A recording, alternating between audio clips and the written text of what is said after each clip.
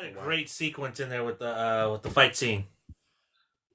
Real quick, because Michelle Yao, it just made me think real quick before we get into the main event. And I'm thinking I'm about to have a full circle moment right here because Michelle Yao was in The Mummy, Tomb of the Dragon Emperor. Did you see that they announced that Radio Silence is directing The Mummy 4? And they're getting I Brendan did see Fraser. that. They're getting And Brendan Rachel Fraser. Weisz. Getting Rachel Weisz back. They're getting Oded Fair back. Oded Fair was a missing piece in that last movie. I feel like that last movie could have benefited by having him in there, and they just did well. Not the Tom Cruise movie, but the Tomb of the Dragon Emperor. That shit could have benefited by having him in there, and they did not. But the fact that he's back, I'm like, we're on the right track. Radio Silence. Is I wonder if they're gonna make Rick a polygamist now. And he's like, he got two wives, got Maria Bello and Rachel Weisz right here. Listen, that's a win in itself, man. Because it's like, listen, Maria Bello, like I don't know what it was. I started to kind of like look at her like that when I saw Assault on Precinct 13, and her hair, like she came back in and she was like drying her hair and she had the New Year's Eve dress on and shit. And I was like, I don't know, man. Like Ethan Hawke might have to put his pride aside and just like and make this shit happen. Like y'all got to make this shit work. But they killed her ass off and that shit. But like I don't know. But that if you got them two on the arm. But I think they should just make a joke. Like they should make a joke and say like, Evie, you look different. Like you look like your normal self again. Yeah, type thing. Yeah. Like they should make that joke. Kind of how they did like with Fresh Prince when they had Aunt Viv, like and Jazz had said something to her. They should just make a joke to let them know, like, yo, we know, but we got y'all. We're bringing the OGs back here because unless they're just completely discounting part 3. I hope not, yo. I really hope not because I like part 3. Like part 3 is cool. It like I can't with Maria Bello's accent, bro. Like, what the fuck accent are you trying to do here? I know. Maria Bello, honestly, she is one of the most distracting things in that fucking movie. She's got a weird accent, but the son doesn't have an accent at all. Like Alex has no accent. You remember in part 2? No, I think they recasted him too. At first I thought that was the same kid, but then I was like, wait, like let me double check before I. No, it's because this is what we do here, man. We got to make sure we got our information right. We have to fact check ourselves before y'all do, because y'all will not hesitate to do it. I'm still waiting on that guy that was on TikTok. I don't remember who it was. I got to look back in the comments. The guy that was like, "You guys are going to be so salty when Johnny Cage knocks this role out of the park." And we just were like, all right, like it's like I'm warming up to it. It's actually looking like we might be eating crow soon. So, by the way, Louis Tan might die in the first 10 minutes of that movie. So, so apparently Louis Tan just did an interview and he said, "Listen," he said he had to warn fans. He said, "Yo, it's a lot of fatalities in this movie." He said it's a lot of fatalities in this movie, and he said if you see your favorite character die, he said don't be sad. Because nothing is final in the Mortal Kombat universe. He said they might be back, but so basically he's letting them know, like, yo, I'm getting killed. Louis, no one said that you were the favorite character in the fucking movie. No one has ever said that. We all said that you were the problem in the first fucking movie. Stop it, bro. Stop. Said no one. Nobody was like, yo, I love that Cole Young. That's my favorite character. Nobody. Nobody. And no disrespect to Louis Tan. You were a DLC. You were a DLC character that was never released. Yeah, you're Alice from Resident Evil. Yes. And no diss to Mila Jovovich, but you're the character that they had to create so that the audience could follow a character through the story. When really it should have been Liu Kang, they got Johnny Cage now. I'm cool with following Johnny Cage, but it should have been Liu Kang in the first one. Yes, it should have been. No diss to Louis Tan. We that ship has sailed. We'll never get him on the show. But he definitely said he said if your favorite characters die in this one, he said don't worry, they can come back. It's not the end. So I feel like we saw in the trailer, Jax disappears.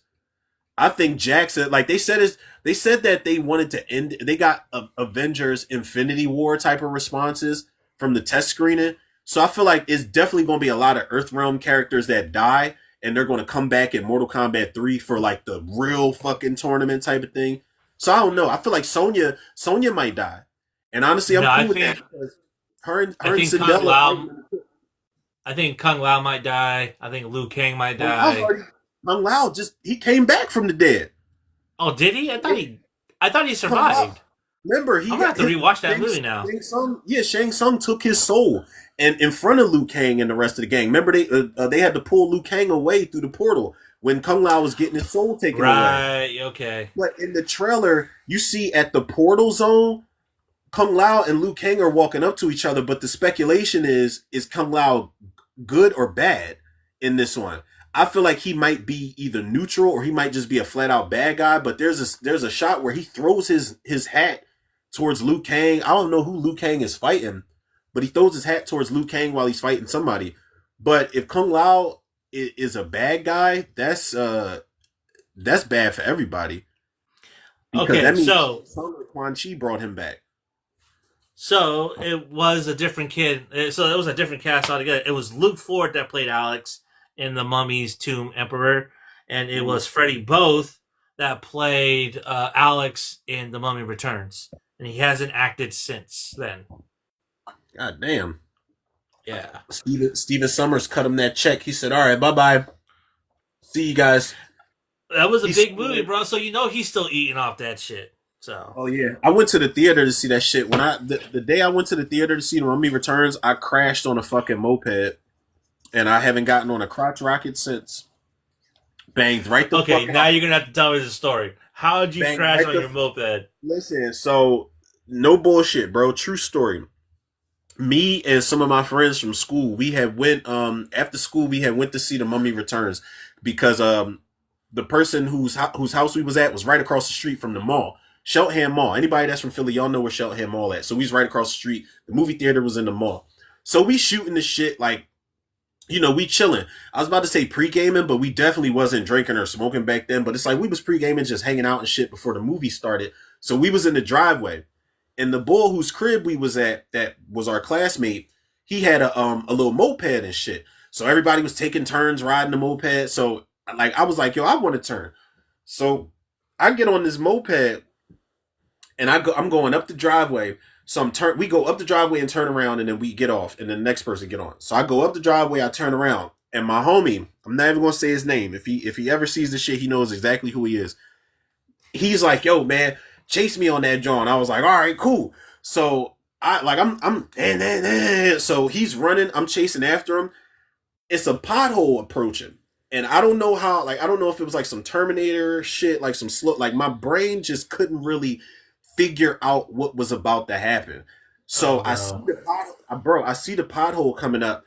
I do this shit. Like my first instinct is to do this, forgetting that they're not handle brakes, it's a pedal brake. So I hit the gas. I hit the gas and I hit that dip in that pothole and just bang the fuck out on the moped, bro. Like I rolled over, the moped was fucked up, it was smoking, and when I rolled over, I kind of I got to my feet and I went over to the side. And one of my homies says to this day, he's like, yo, dog, I thought you was dead. Because when I looked, he said, all I saw was like the smoke in the moped. He's like, I don't know where you went. And then I kind of stumbled over out of the driveway, into everybody's view. And they like, yo, you good? And I'm like, yeah, I'm good. And the girl, one of the girls that one of our classmates we went to, she was like patching me up and shit. It was a couple scrapes and bruises, bro. But I was like, yeah, I'm cool. I was definitely fucked up from that. But I was like, yo, nothing's going to stop me from going to see the fucking Mummy Returns, dog. And we went and we saw that shit. And I'm telling you, that was it's definitely one of the best theater experiences because when Imhotep became the waterfall face, yeah, when they were in that hot air balloon thing, I was like, this is The Mummy Returns is the Terminator 2 of the Mummy franchise, bro. That is one of the best sequels of all time. I know everybody talks about the CG. The CG with The Rock, it's all right. In his defense, a Steven Summers movie was a Steven Summers movie in the 90s, man. Well, The Mummy was 2001, but he's going to do over the top CG. Deep Rising, The Mummy, he's going to do wacky over the top CG. And you go back and watch, and it's just that was ambitious. You put The Rock, a CG Rock on a scorpion body, that was ambitious back in the day. I respect it. It was. It I mean, you was. watch it now, and it's just like, God damn, this looks like fucking Sega Saturn cutscene. Like, this shit looks terrible, bro. Not even Sega Saturn, fucking Sega CD, bro. Like, what the fuck is this? It's the Sega CD, yeah.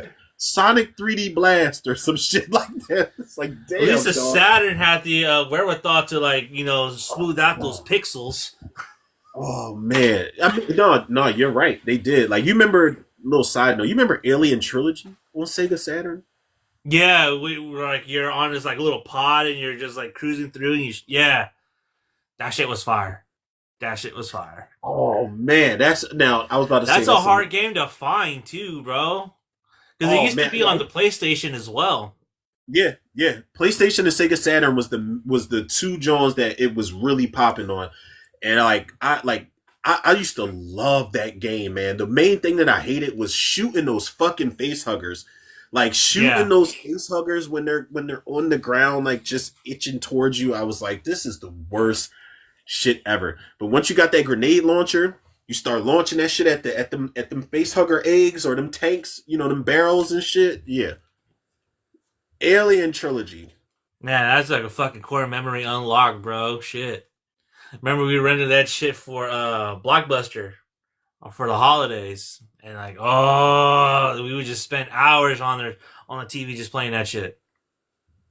Dude, What was that was with good the times. trilogies, though? Like, remember they had Alien Trilogy. Remember before that they had Die Hard Trilogy. Well, the thing is that Die Hard Trilogy was actually a trilogy. If I remember correctly, Alien Trilogy wasn't really a trilogy. It was just one game. If I remember correctly.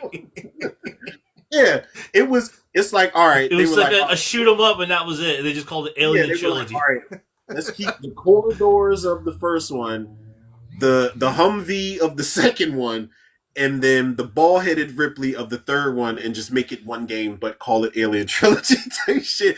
And yeah, you're right. At least Die Hard Trilogy, you could individually play each movie. Yeah, 3 different games. You had 3 different games to choose from. The first one you could see John McClane running around in the parking garage and shit. The second one I think was like a first person like T2 kind of shit. Yeah, it was like, a shooter. And the third one was the taxi cab John, where you had to beat the time. The original Crazy Taxi. God damn, bro. Yeah, you are taking me down memory lane right now. And Speaking of going down memory lane, the holidays are coming up, and with the holidays coming up, we are definitely going to be going down memory lane because we have families. They're going to come around, and we're all going to sit at the table, and we're all going to piss someone off because we're all going to say something or bring up something that no one wants to remember, but there's always that one relative that is going to do that. So, with that being said, we have 5 movies for you to ignore the families to watch this Thanksgiving holiday. So yeah. I'll go first. Bro, I'm not gonna lie, man. You get better and better with these fucking segues, man. I gotta say, man. I gotta give the credit. I gotta give the credit where the credit is due, man. This shit is inspiring. This is the kind of shit I inspire to do. Like when I do like commentaries or topics, and I gotta like do a segue into it. Like this is. Listen, people, y'all need to just invest in R&Z Live. Like one of these networks or studios. Like, come on, man. Like, we handle this shit with professionalism, man. You see what we're doing here. You see what we're dealing with. You see the responses we get, the love we get from people because we handle ourselves and conduct ourselves a certain way. So hashtag invest in R&Z Live. R&Z, yes. That's all. Tubi, we're looking at you. We're looking at you, Tubi. Come on, man. We'll make the brand bigger. That's all. Exactly. And it's not even on no arrogant shit either. We'll make the brand bigger. Help us help you. Exactly. Hashtag help me help you. It's like, all right. I'm gonna go first because I think this is a movie that doesn't really get talked about nearly enough, and it kind of gets lost because it was part of the Hulu series Into the Dark, and this is from the first season, and it's directed by Marcus Dunstan, who I actually enjoy a lot, and it is Pilgrim. So this is a movie about a family that forgets what Thanksgiving is, and they are just greedy fucks. And all they do is bitch and complain. One day, someone gets the idea to hire pilgrims actors, like actors to, and their job is to come in, show you the essence of Thanksgiving, and show you what the first Thanksgiving was really like. They soon realize that these pilgrims are not acting. And so they recreate the first Thanksgiving by slaughtering the whole family. What the fuck? It's great. It's great. It's awesome. Because you don't like the family. You don't like them. Ray Liotta is Ray Liotta in this, or who is in this? No, our boy Kurt Smith is in this. Who? Kurt Smith. Oh, from Dawson's Creek. Yeah, from My Bloody Valentine 3D. Oh yeah, from Dawson's Creek. Fuck, like we don't talk about My Bloody Valentine. He said we don't do that, yeah. It's like, fuck. Honestly, no. In his defense, little side note, really quickly before you get back into the movie, Kurt Smith was actually one of the saving graces of My Bloody Valentine. I thought he was really good in that movie, but the movie's just a piece of shit. But go on. Yeah, Jensen Ackles. Jensen Ackles. Enough said. Just saying. But yeah, Pilgrim. It's actually really fun. Marcus Dunstan is really good at directing horror. It's a fun movie. It's a short watch. It's 90 minutes. Yeah. And it's basically a morality tale, and it's a good lesson. Like, don't be greedy. Be thankful. Don't take anything for granted. And these pilgrims here are here to remind you of that, whether you like it or not. Oh, and I think the girl from Snowfall is in there too. Before she was in Snowfall, Rain Edwards. She played Melanie. Oh, she was Franklin Saint's love interest. Yeah. She got it bad. She caught a bad fucking break, man. I'm kind of disappointed that Rain Edwards. That's how they ended her story, but that's a different conversation for another day. I mean, we could jot some shit down where we chop it up about TV series, bruh. I'm all for it. And I did not even realize until you mentioned Rain Edwards that she was in fucking Hellfest. Yeah, she was the best friend.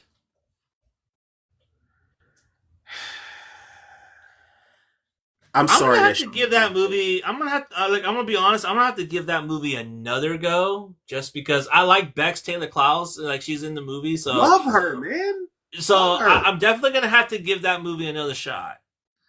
Because I think I was a little too hard on it because I was expecting something else. Yeah, exactly. Same here. Like, I remember the first time watching Hellfest, I was so disappointed, and I said, y'all missed a golden opportunity to be a modern day loose remake of the Funhouse. You remember the Funhouse, the Tobe Hooper movie from the 80s? Yeah. I was like, wait, this is perfect. Like, the setting is perfect. But y'all didn't, like, now granted, I'm not gonna lie. When he fucked that dude up with that like the strongman challenge sledgehammer, he fucked his shit up.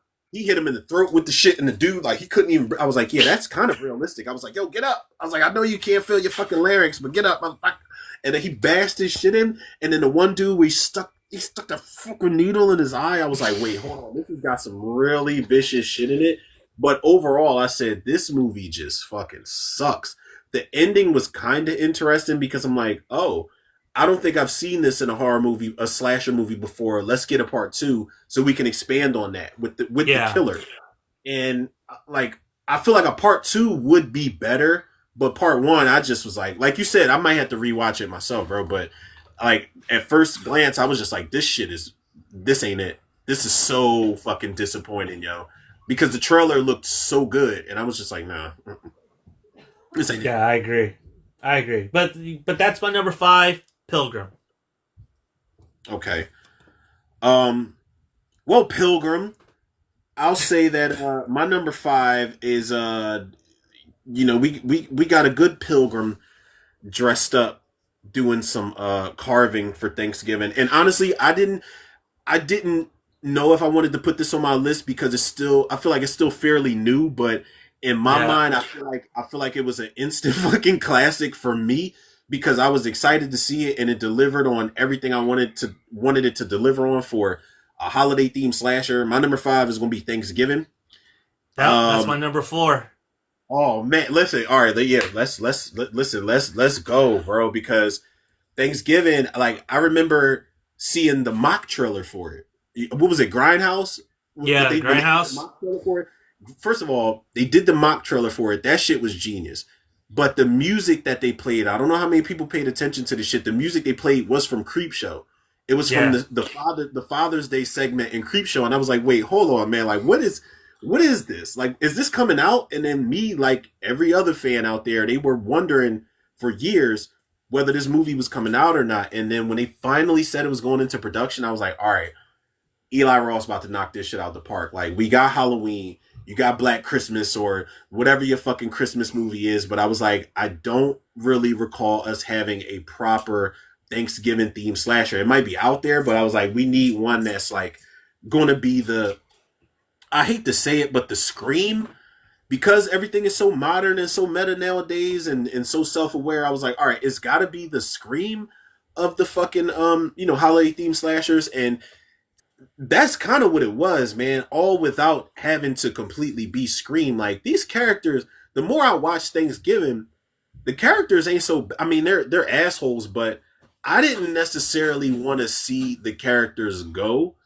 like the main group of characters, like the main girl and the black boy Yeah. Scuba, and the one that broke his hand that went ghost, the Spanish boy that went ghost and then came back, and him and the shit that he had going on with his ex-girlfriend, and she was now dating the preppy dickhead boy. I was like, yo, this is actually kind of interesting, man. And the black dude's dating the Russian girl Yulia and shit. I was like, this is I was like, yo, this is actually, the story's actually kind of decent, yo.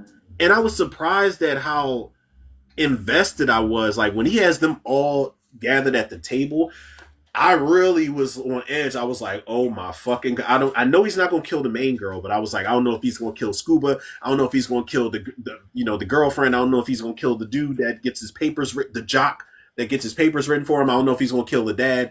And then, like, there's that scene, and there's not a lot of movies that get me nauseous. I think Hannibal was one of them.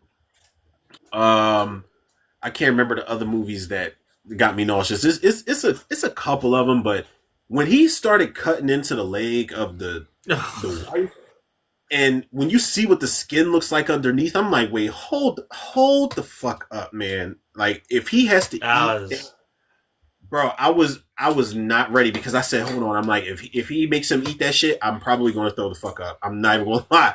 I'm probably gonna throw up. But that whole table sequence, man, there's some cool kills in there. There's funny moments. There's like realistic moments. The black ball survives. The fact that the girl, this wasn't a typical ending where the main character got back with the dude that ghosted her. She got back with her boyfriend that she ended up with when the boy ghosted her. And hmm you got characters that's coming back for the sequel type of thing, and you have an actual what could potentially be an iconic slasher in John Carver. He is, Patrick Dempsey. As long as he keeps showing up, or as long as they keep him as John Carver, whatever the case may be, you have an iconic slasher franchise on your hand, man. I think that shit made an instant impact as far as like Thanksgiving horror movies go. So yeah, bro. That's I had to put that at number five. I knew I wasn't going to put it anywhere else, but I'm like, if I put it on there, it's got to be. If it's got to be on the list, it's got to be number five. Because there's no way I can mention that in the top five. Because this shit was like it was way beyond expectations, honestly. For real. Yeah, I this movie was a lot of fun, dude, and I was like, I kind of had a low bar because I didn't know if he was going to be able to deliver what he promised in the fake trailer, and then like, Yeah. okay, well, but that opening scene, bro, on Black Friday, the Walmart, I'm like, holy shit, bro. And like, it be like that sometimes, dude. I'm like, and then what happened to Gina Gershon? Like, oh my, what the fuck? Oh man! That And was listen, crazy. They real getting quick, stomped out. shout out to Gina Gershon. We would love to have you on the show in your purdy mouth. Like Gina Gershon has the way the corners of her mouth turn up when she speaks on screen is just. There's a movie she's got with Jennifer Tilly where they play a lesbian couple, and Yeah, Bound. and I'm not even being a creep, people. I want to be more open minded with the movies I watch. I was going to do it for Pride Month, and I wanted to represent some of my listeners out there. But that is a movie that I have to put on my list. Shout out to Gina Gershon and Jennifer Tilly. We would love to have y'all on the show. But yeah, Thanksgiving. It's a fun movie, bro. I enjoyed it a lot. I thought it was great. Yeah, Yeah. I mean, you pretty much said everything that I could say about it. Honestly, it's a really good movie, and it delivered. It really did. John Carver. I just hope the sequel that they do just doesn't try to reinvent the wheel, but just tries to stay consistent. yeah, yeah, man. I feel like everything that made the first one special. Don't lose sight of that.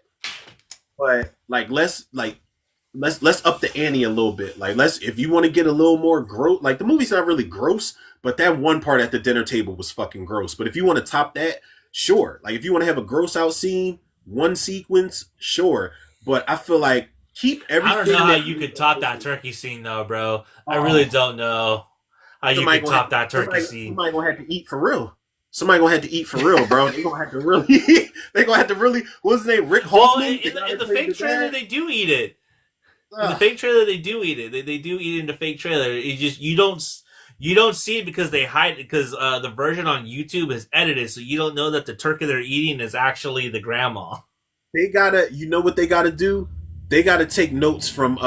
They gotta go hard. You know why? Because they gotta take notes from Terrifier 3. I don't know if you've seen Terrifier 3 yet. Yeah. Now you remember the rat scene with the tube? No.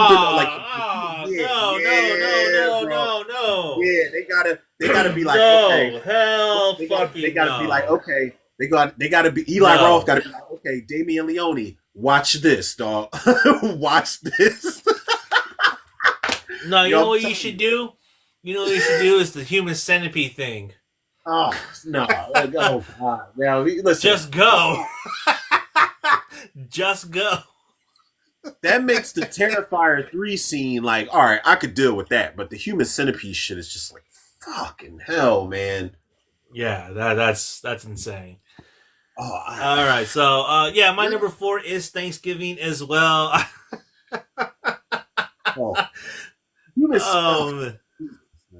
Yeah. So what is your number 4?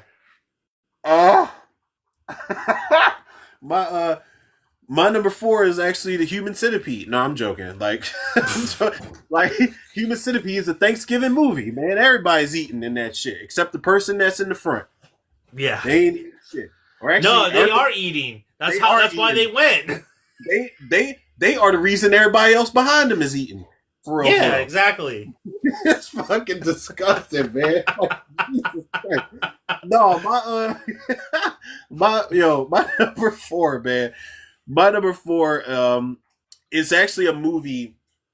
I saw this for the first time. I think maybe like because I remember doing like a TikTok review for it. It was probably like 2 years ago or something like that. And I remember they announced that a remake was coming, and I was like, I did like a video talking about the remake, and I asked everybody. I was like, yo, like, do y'all think like. I was like, comment. I was like, do y'all think I should watch the original before I make an assessment? And they were like, watch the original before you make an assessment. And I watched the original. I was like, yeah, don't remake this. I don't give a fuck who you have on board for it. Don't remake this. If you want to do your own version, call it something else. Don't cash in on this name. My number 4 is going to be Planes, Trains, and Automobiles. I did not see this movie for the first time until a couple years ago, roughly 2 years ago, and I laughed out loud.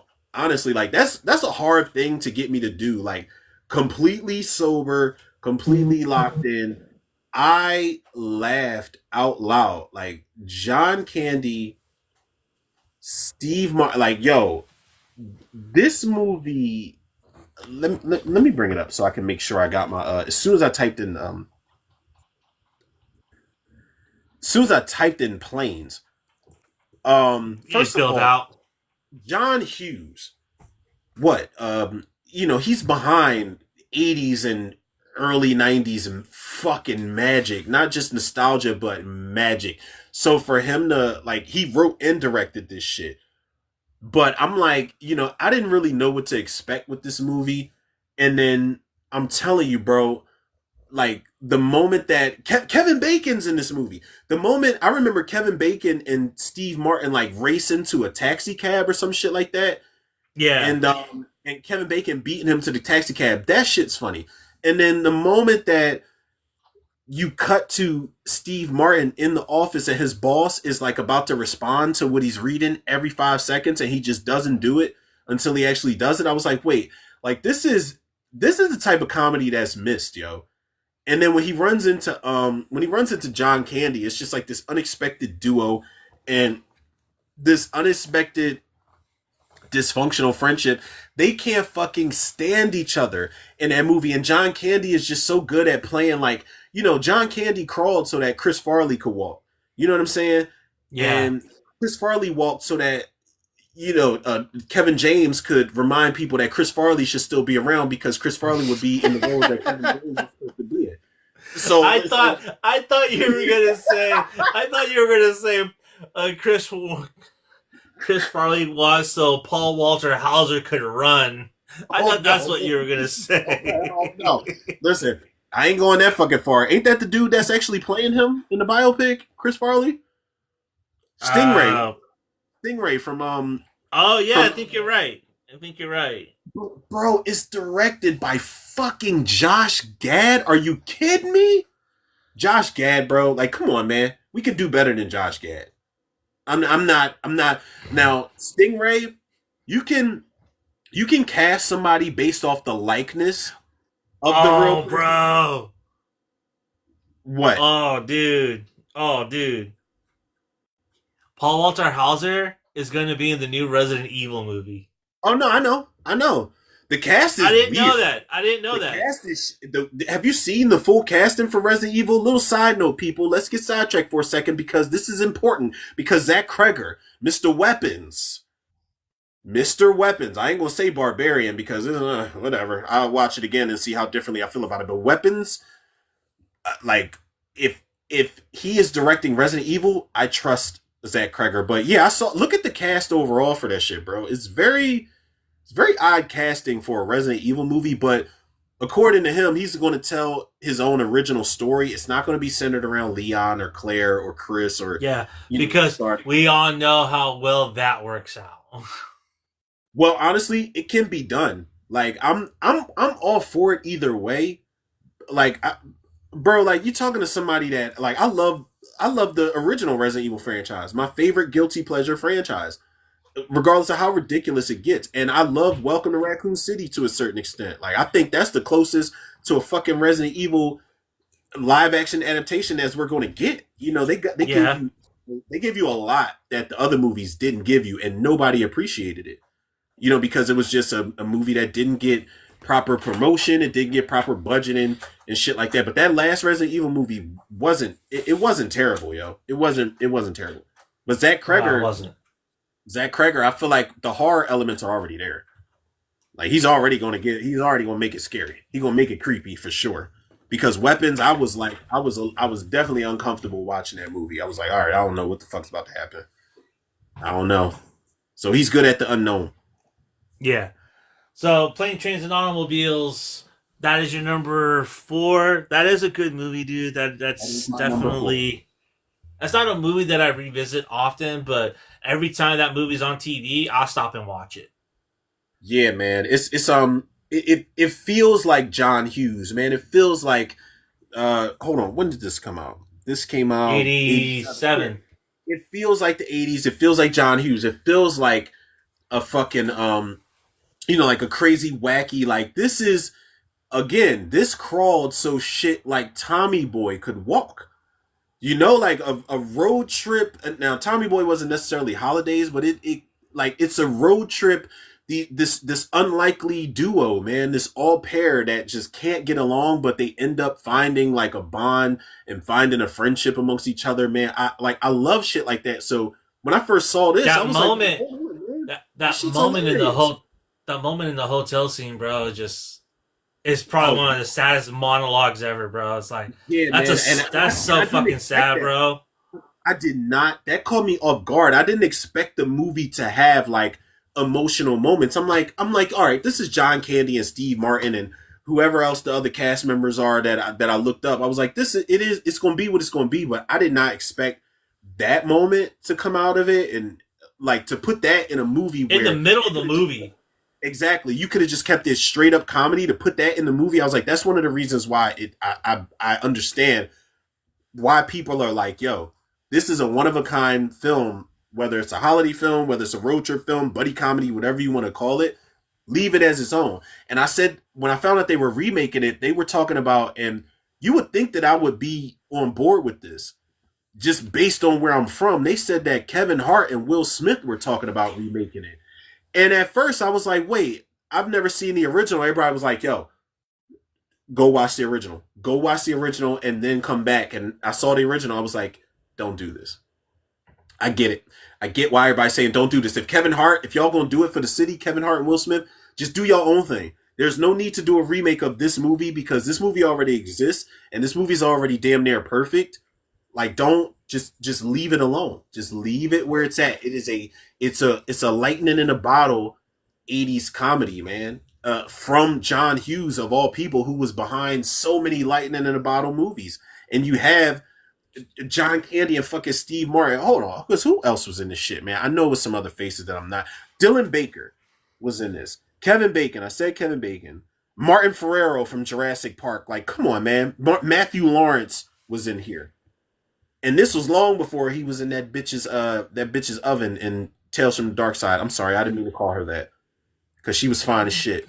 I don't care if she was a witch or not. She was fine as fuck. You ever go back and watch Tales from the Dark Side and yeah, see that's who's there's that some woman? really good. What is that actress? Ah, Let me look it up. That actress's name that was about to cook him in that oven. Listen, I'd have been like, listen, I'll let you do some things. Don't kill me, but we can definitely work something out. Um, God damn, Deborah what year? Harry. Deborah Harry. Deborah Harry. That's it. There you go. Yeah. Oh, I thought you were talking about the show. I was like, I don't remember an Oh episode no, no, that no, crazy. I no, no. was like, Remember what she, the remember fuck? she had, But no, remember yeah, she that was Deborah Harry. was pulling out those little spikes and looking at them. She's like, oh, this will do well. Like, it's like, listen, we could play all you, yeah, Deborah Harry. We could play all you want to, as long as you don't kill me. She was intriguing. She's still around too, man. Let's Fine see who whining, else. silver fox status. Who else we got on here? Michael McKean's in here. He's a state trooper. Who?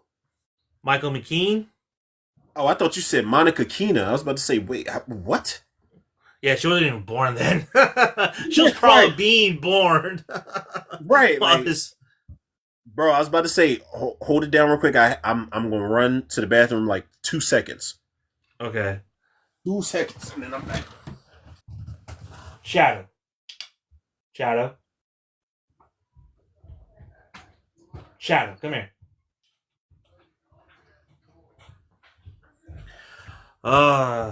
Shadow.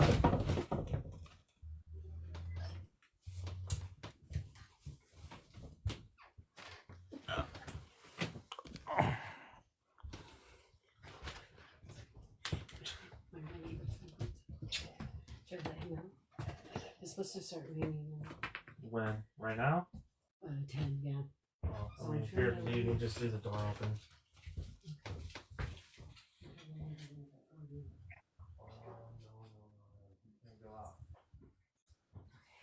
Okay, see you.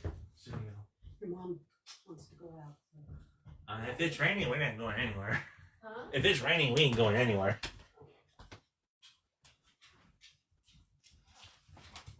You want me to watch him?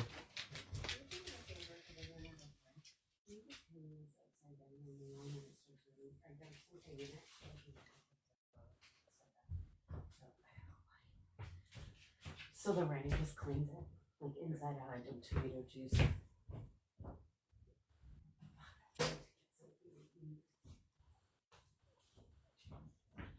Says there's no traffic, but Okay.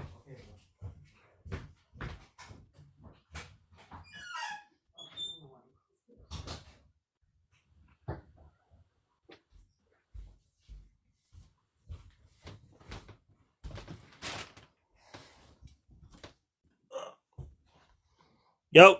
Oh, not yet. All right.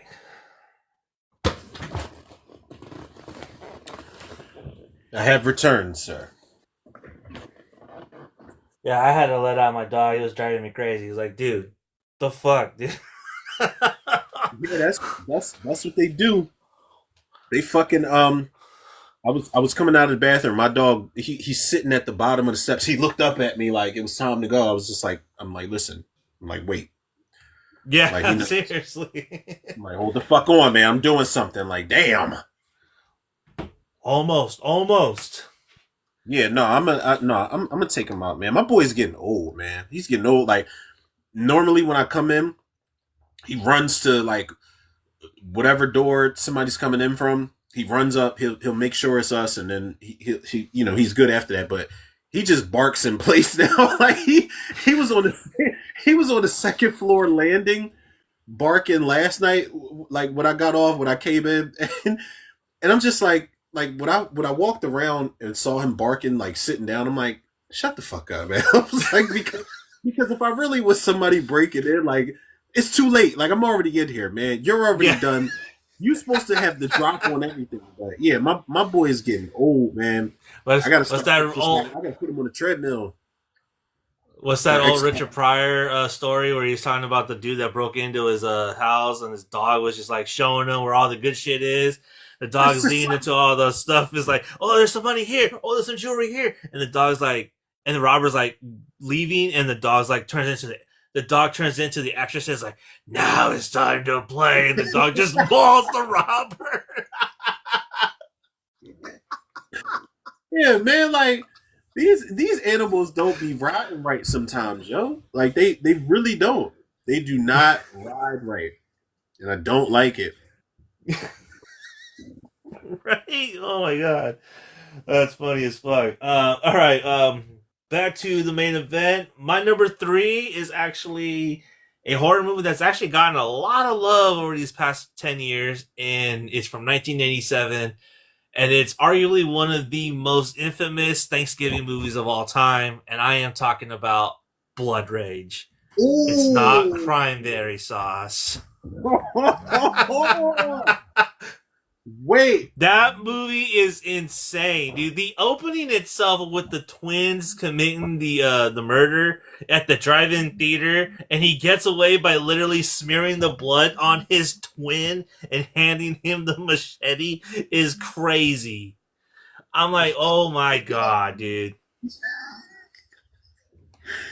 And then it just gets insane even from there, because the mom is just, I don't know what the mom is doing, but she's like in a whole other movie. I feel like she thinks she's in a comedy. She's in a whole other movie. Damn. Yeah, I think she's in a comedy, bro. I think she thinks she's in a comedy. Because she's just so over the top. You be on these hidden gems, man, because Wait, you never seen this? Blood Rage? Yeah. Oh, I'm looking at the trailer. Like I typed it in on IMDb, and I'm looking at the trailer. Oh fuck! Like somebody's head was just hanging in the bar. Yeah, it's pretty crazy, dude. What the fuck? It said it's a feel bad Thanksgiving slasher, not a feel good, but a feel bad Thanksgiving slasher. Yeah, and the ending is surprisingly. Oh yeah, no, dude. That if you thought the turkey scene in Thanksgiving was bad. Wait till you get to the cranberry sauce scene in this movie. Oh. Yo. Yeah, this trailer looks fucking wild. Like, cut the dude's hand. His hand was still moving when he cut it off. And it fell on the floor. Yeah. Yeah, y'all. This movie's on Shudder right now. You can watch this shit. This is... Dude, you're gonna have a good... This is an intoxicommentary right here, bro. This is an intoxicommentary track right here. Don't you tempt me with a good time. This is a good time. This would be a great time. I'm telling you. This would be a great time. Because this movie is insane. Don't you tempt me with a good time, sir. We can't... I would propose like a watch along, but we couldn't even watch this movie on TikTok because we get banned like the first 10 minutes of the movie. Yeah, they'd be like, listen, you motherfuckers are never allowed on here again. Exactly. Not even I got banned for watching Halloween on here, dude. Yeah. I did a watch along. Yeah, the original Halloween. So I was like, God damn. If they ban me for that, for titty slashing, yeah, because you know where she gets naked at the end, like toward the end, and she shows her breasts. See anything you like? Yeah, and then boom, banned. Okay, so wait, this was Instagram. This was TikTok? No, this was on TikTok. Yeah, it's TikTok that did it. So TikTok, I have a question, and I really don't want y'all to fucking cancel us out because we really want to finish this episode for our listeners. No, I really have a question right now. Y'all banned his video for having PJ Souls say see anything you like. First of all, there is a centimeter of nipple in that shot. Yes, I know because I've seen it 1,000 fucking times, but there's a centimeter of nipple in that shot. Meanwhile, y'all let these content creators post full-blown nipple, full-blown titties, full-blown murders, beat downs, all types of shit that y'all allow on this platform, but y'all crack down on the people who are trying to like build their comeuppance on this platform. I just really don't understand it. I really want to tag y'all to this, but I'm not going to do it. I just wanted to say something and, stand in solidarity with my boy right now. But it's just like what the fuck are y'all even doing right now? This is ridiculous. It's really crazy. And bro, I don't want this shit to take a left turn. So I'm just going to I'm going to chill. I don't. Yeah, chill before they suppress us even more. Yeah, it's a little ridiculous. It's a little ridiculous, and I'm going to say that it's bullshit. But I feel like these are things like, bro. I feel like this is just prepping us. We gonna have to take some bumps in the road, man. Like we gonna be like when we trying to get to them, to them Oscars and them award ceremonies for best screenplay and best director. Like we gonna have to take these. We gonna have to take these little bumps and shit in the road. Like we gonna have to take these little hits. Gotta take these lumps, dude. Yeah, but I'm like, all right, cool, but like the necessary ones though. You know what I mean? Like the necessary ones. There's some that are just like, y'all could be doing. It's like how I think about with cops. It's like cops. If me and you sitting in a car and we smoking like a J, and the cops pull us over and they got their guns drawn, and it's like, listen, you're about to do 35 years. I'm gonna shoot the shit out you if not. It's like, go after the people that are smoking crack. Like what the fuck? We got a J that's this big between me and him. Like, go after the people that are smoking crack and making meth in their backyard. Bro, I'm telling you, it's levels. And I hate that they crack down on certain shit when they don't address the important shit.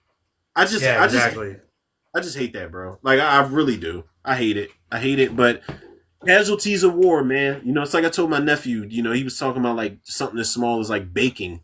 He wants to start baking and shit like that. And I was like, listen, casualties of war, nephew. I was like, yo, you're going to go through more of it.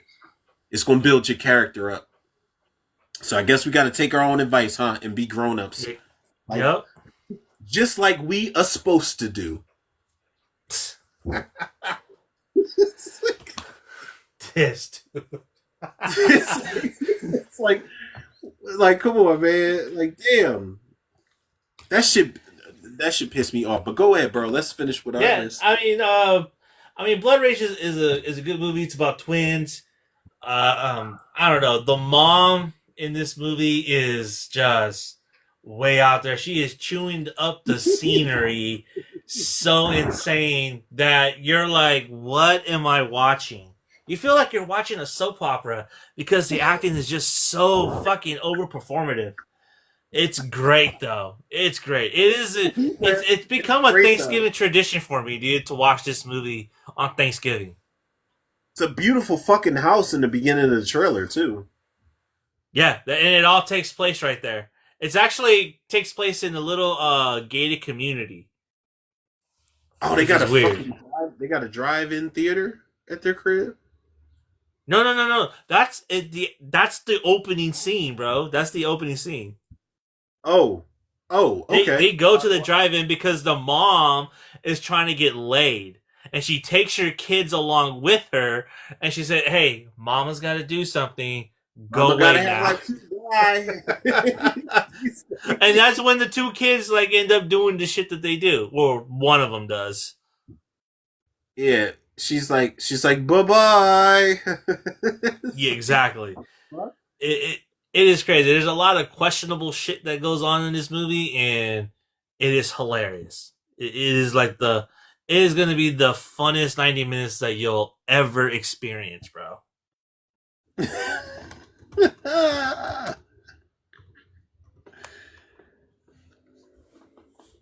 Total, man, because, yeah.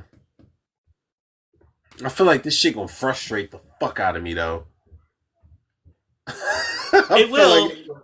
It will, but it's a different kind of frustration because it's like watching The Room, but actually watching The Room being a horror movie. So there's a lot in it for you.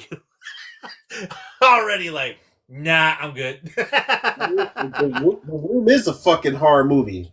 Yeah, it's. You said, do you understand life? I did not hit her. Yeah, I did not hit her. I did not. Hi, Mark. It's like, what? What? Like, this is real life that y'all doing with this movie. We should do, that's another one we should do. We should, or at least we should write down and plan it out for the near future. Our favorite bad movies. Like, favorite bad, terrible, fucking garbage truck juice movies, bro. The ones that we know are bad, but we love them anyway. Super Mario Brothers. That's on the list.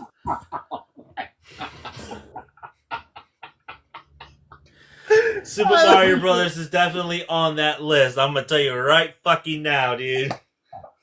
Yo, you are ride or die for the Mario gang, bro. Have you seen the Super Mario Galaxy trailer? I have. I'm confused because I stopped playing. I haven't seen it. Is it good? Yeah, it's good. It's good. It's like it's funny as fuck because Bowser and Luigi are homies, and Bowser and Mario got beef. The only problem is that I am familiarizing myself, if I said that right, with the Mario Galaxy with my nephew. My nephew loves Super Mario, so he would have me, like, when he comes in my room, he wants to watch Mario Odyssey, like the gameplay, the cutscenes, all of it. So whatever Mario Odyssey that he wants that stimulates him, I put it on. So I'm catching up, bro. I'm catching up when I put the shit on for him. I'm like, oh shit, like I didn't know they could do that. I was like, where's Mario's hat? I said he could throw his hat and use it as a weapon and shit now. I was like, yo, I don't know none of this shit. Like I'm behind, bro. Like the last that I played, like actively, like really like locked in was Super Mario Brothers 64. Yeah, 64. Me too. That's it, bro. I didn't play Mario Odyssey or Mario Ship Galaxy or Sunshine or Haunted Mansion. Mario Sunshine was the one where didn't he have like a sprinkler in his fucking back pocket or something? Yeah, he had the water gun. Yeah, there you go, the water gun. Yep, exactly, bro. Yo, I'm glad you said that because I would have never remembered otherwise. Yeah, that one. And I was like, wait, I I'm brand new to this, and I feel like I'm just like a rookie to it. Super Mario. Yeah, 64. I'm like, who the fuck is this Rosalina chick, and why should I care? And why is she voiced by Brie Larson? I heard that she's in the trailer, and I was like, all right, so I'm already going into this. When I do the trailer reaction, I already got to go into it knowing that I don't know what the fuck. Like Sonic, I know more about than Super Mario. Like Yeah, with Sonic, same. I know Sonic 4. We're going to introduce. We already introduced Amy in the post credit sequence. You got Metal Sonics in there. They're probably going to introduce Cream. They're going to introduce Rogue the Bat, Big the Cat. Like they're going to introduce a lot. There's a lot of characters in Sonic. I know more about that than Mario. I don't know who the fuck. Wait, who the girl you said? Rosalina. Rosa. Who that? Yeah, I don't know who that is either. I don't know who that is. I don't know who I don't know who that is. All I know is it's voiced by Brie. Is that she's voiced by Brie Larson, so she must be important. I'm not gonna say nothing smart because Brie Larson, I didn't like her until she was in Fast 10, and when I saw her in Fast 10, I was like, she got a little attitude to her. She brought the attitude to that character to Kurt Russell's daughter that I wanted to see her bring to Miss Marvel, or not Miss Marvel. Was it Captain Marvel? And I was like, wait, hold on, man. I was like, yo, when they cast her in Fast 10, I was like, whatever, yo. But when I saw her, I was like, yo, I said, pretty good. It's not bad. It's pretty good. But yeah, no, I feel you 200%, bruh. 200%. Yeah. That I'm still gonna watch it. But yeah, of course. I'm just gonna have to do some research. That's all. It's Super Mario Brothers. I'm not gonna play no video games. I'm just gonna use Wikipedia. I wanna see Yoshi. Like I need to see my boy in Super Mario Galaxy, man. Like it's gonna be a bunch of shit that I don't understand from the Super Mario Galaxy games, but like honestly, I want to see. Like, come on, man. Like, we're past all of the bad video game movies. Fuck that. We're about to get Super Mario Galaxy. We're about to get Mortal Kombat 2, which looks fucking amazing. Street Fighter, I've warmed up to it, bro. I've warmed up to it. Even Andrew Schultz, I've warmed up to it. And Cody Rhodes, I've warmed up to it. I want these video game adaptations to get it right. Like, because it's going to open up the door for the shit that we really want. Like, I want Killer Instinct. I want Altered Beast. I want Toe Jam and Earl.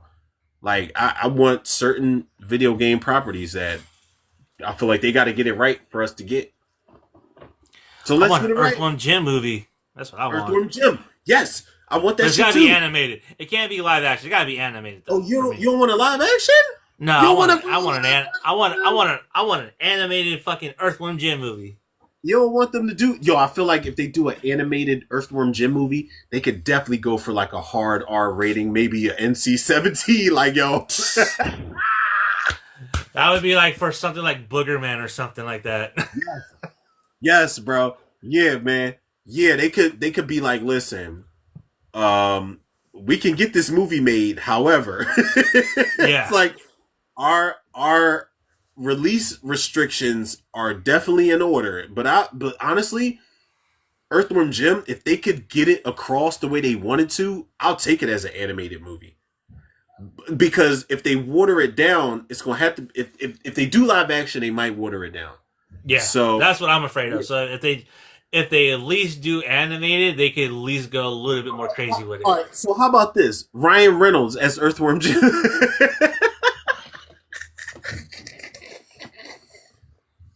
No. That is almost as bad as having fucking Chris Pratt doing Mario. Oh, wait a minute. He said, "Oh, wait a minute." Listen. No, he said it. Listen, he said it. I did not. First of all, shout out to this Okay, hold on a second. Hold on. This motherfucker not only did Mario, he also did Garfield. Get the fuck out of here. Now, Garfield. When I saw the Garfield trailer, I was like, all right, now you're really taking liberties with these characters. You're just doing whatever the fuck you want to do. But Mario, I was like, I did not mind him voicing Super Mario, because if he would have done the whole "it's me, Mario," like everybody would have been annoyed. Everybody, I feel Mhm. like everybody would have been like, even though people want nostalgia and they want shit to be spot on, I feel like if Mario would have been talking like, "It's me, I'm Mario," like, if he would have been talking like that throughout the entire movie, I do feel like people would have gotten Yeah. easily not distracted, but easily annoyed, and it would have been a little bit overwhelming. So they gave Mario a voice that I guess you call them the vanilla audiences could identify with, and like they left it, they played it safe. No, I'm not even trying to be smart. Like they played it This safe, bro. motherfucker's vanilla audiences. No, that's what they call it. Like I'm talking about the audience members that are just standard. General, yeah. Exactly. That's what I meant to say. The general audience. People It's don't let this still vanilla. Yeah, people don't let this motherfucker's reaction throw you off because that's what I meant to say. You know what? I did not mean- It's I did not not mean- even it's not even you. It's just like it's early, bro. It's early. I keep forgetting what time it is, bro. I keep forgetting what time it is, man. We've been locked into this shit for a couple hours now. I forgot what time. I forgot we was in the wee hours of the dawn. Shit. Yeah. He gonna say it's early, bro. It's like, yeah, I know. It's early. All right. So let me have some consideration for your time frame out there because I know.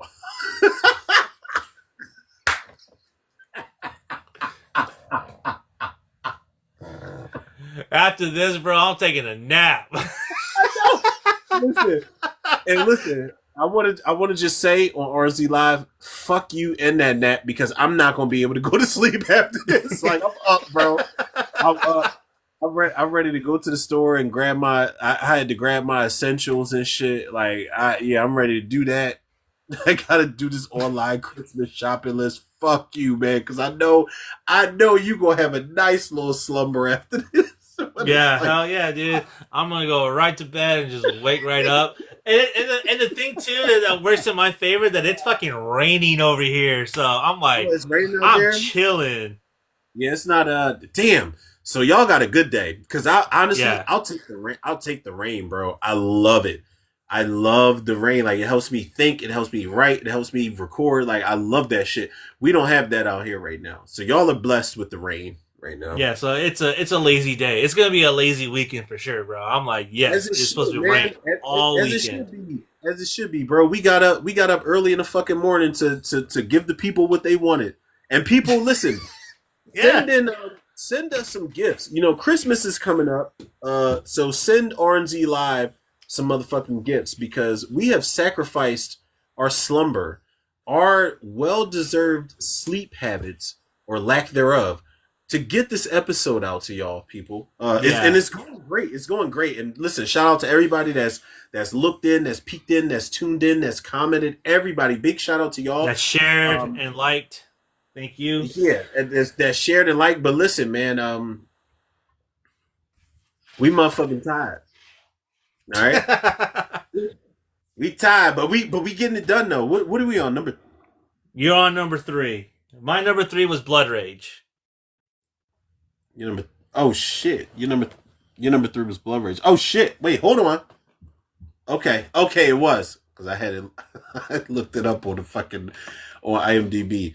All right, so my number 3 is it's not a horror, it's not a comedy. I want to say it's more of like a drama, but there's definitely comedy in it, so you can loosely call it a dramedy or some shit like that. I had to put my own D to the dramedy term, and he looked at me.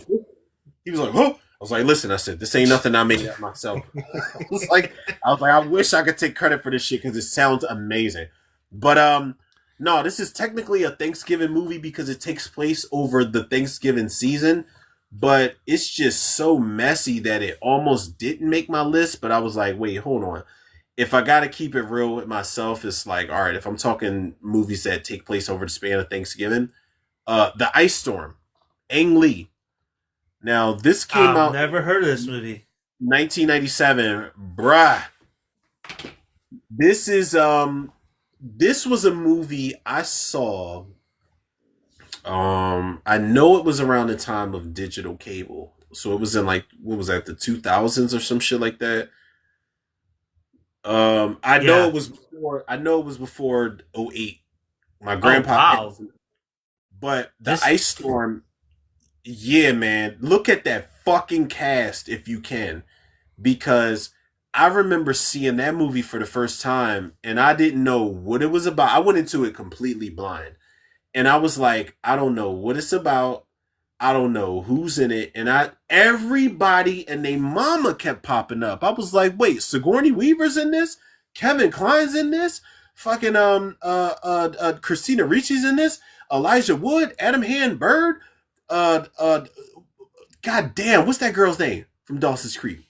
Katie Holmes was in this. Katie Holmes, Natalie Portman, Joan Allen, Tobey Maguire, bro, that Henry Cesny, cast, that Allison Janney, so amazing, man.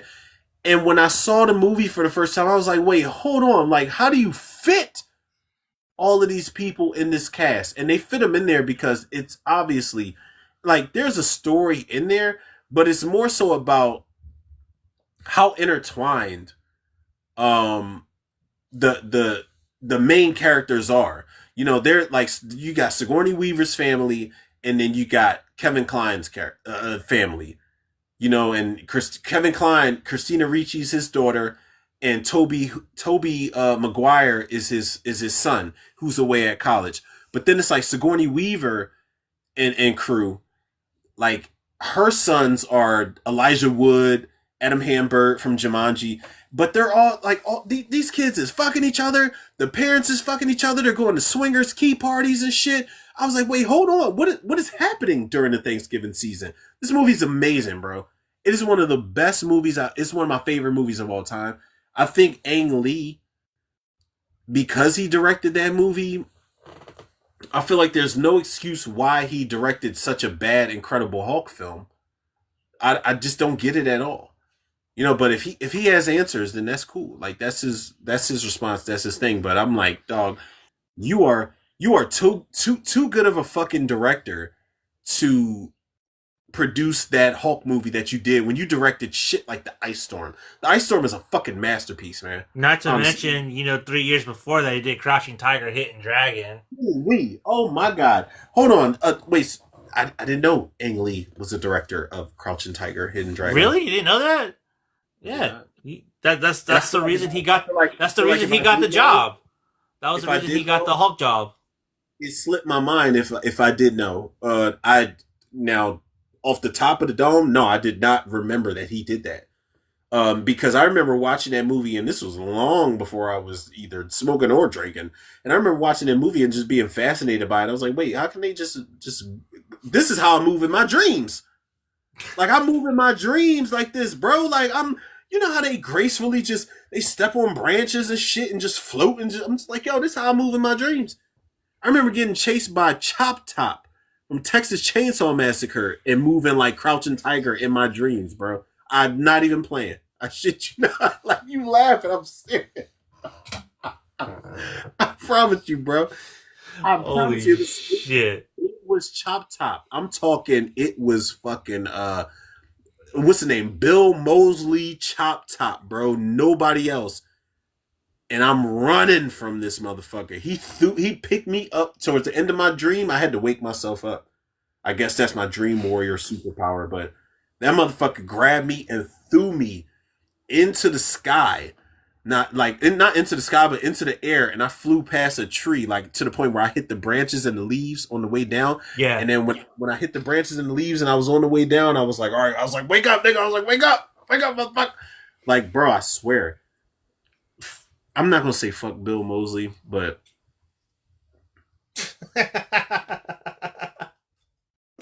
yeah, I can't. I'm revealing too many goddamn secrets on this show, man. Holy shit! Well, I mean, you can because he's fucking haunting your dreams, bro. Like as Chop Top. So yeah, I don't have nothing to do with my subconscious, man. Bill Moseley, we would love to have you. We would love to have you, man. Now, I don't have good things to say about Silent Night, Deadly Night 3. Other than that, we would love to have you. Yeah. Devil's Rejects, House, Cells, and Corpses? Yes. Yes, sir. Fuck, what else? Blood Night? Mary Hatchet? Yes, I did not like it. Is it bad? Because I've heard You know, I don't go by word of mouth, but I've heard all bad things about Three from Hell. Yeah, yo. it's not good, bro. It's not good. Oh man. You don't need to watch it. You don't need to watch You it. sound so disappointed. I am, because like I was so hyped, dude. I took a day off from work. Me, Elisa, and my lady, we all went to like the Thursday night showing. To go see it? Yeah, to go see it, because it was like a one night thing, and we went, and we all just looked at each other at the end. I was like, "What the fuck was that?" Collectively, what the fuck did we just watch? Yeah, we were all pissed too, because we're like, we wasted money on this shit. Like, what the fuck? Oh shit, man. I was mad too. I was mad double, because I fucking paid for my lady too. I'm like, fuck, I'm out $20 off this bitch. It's cool. Nah, man. Like, nah, fuck that. I went to go see Three from Hell, bro, and I shit you not. The only thing I got from it was this fucking sticker. And the irony of it says, "I survived the Three from Hell." You sure did. Exactly. That's all I got from that fucking movie. Nah, they knew. They knew. They was like, listen, let's give them this shit right here. Exactly. They knew what they were doing. Oh shit! I have not even been looking at the fucking comments, man. Lost Dream said, "What I miss." A lot. I don't know if you're still around. If you're still around, we're currently doing our ranking for top Thanksgiving 5 movies. Yeah, top 5 Thanksgiving movies. But other than that, you've missed a lot of a lot of sidebars.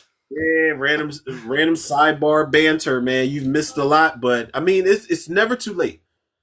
It's never too late for you to tune in and keep up with us at that point. So, yeah. I mean, up until right now, my Thanksgiving movies are Pilgrim, Thanksgiving, and Blood Rage. Yeah, mine's are Thanksgiving, Planes, Trains, and Automobiles, and The Ice Storm, which I just recently gave my assessment on. And then my number 2 for Thanksgiving movie is The Oath, starring Ike Berkowitz and Tiffany Haddish. Tiffany Haddish, yo, and Ike Barinholtz. even though I just clowned her earlier in the show, I like this movie. This movie was fucking hilarious. I could not stop laughing. And I looked at it on the list of Thanksgiving movies. I looked at it and I was like, I just saw it. I think last November for the first time. And I was like, this actually wasn't bad. Like, I actually enjoyed the shit out this movie, but The Oath is definitely the main cop. Billy Magnesium. The Oath it takes place in a dystopian future where like everyone kind of just, you know, it's a very timely movie. I'm not trying to get very political, but the movie is political, and it's really trying to say something about the current administration that this movie was made under. And this movie is definitely timely, because that family dinner is going to be everyone's family dinner next week, minus the cops, hopefully, you know? Billy Magnuson. Yeah. That motherfucker, like, listen, man, he was on my nerves in that movie, man. And he was on one. He was on one. In Game Night. Remember Game Night? Yeah.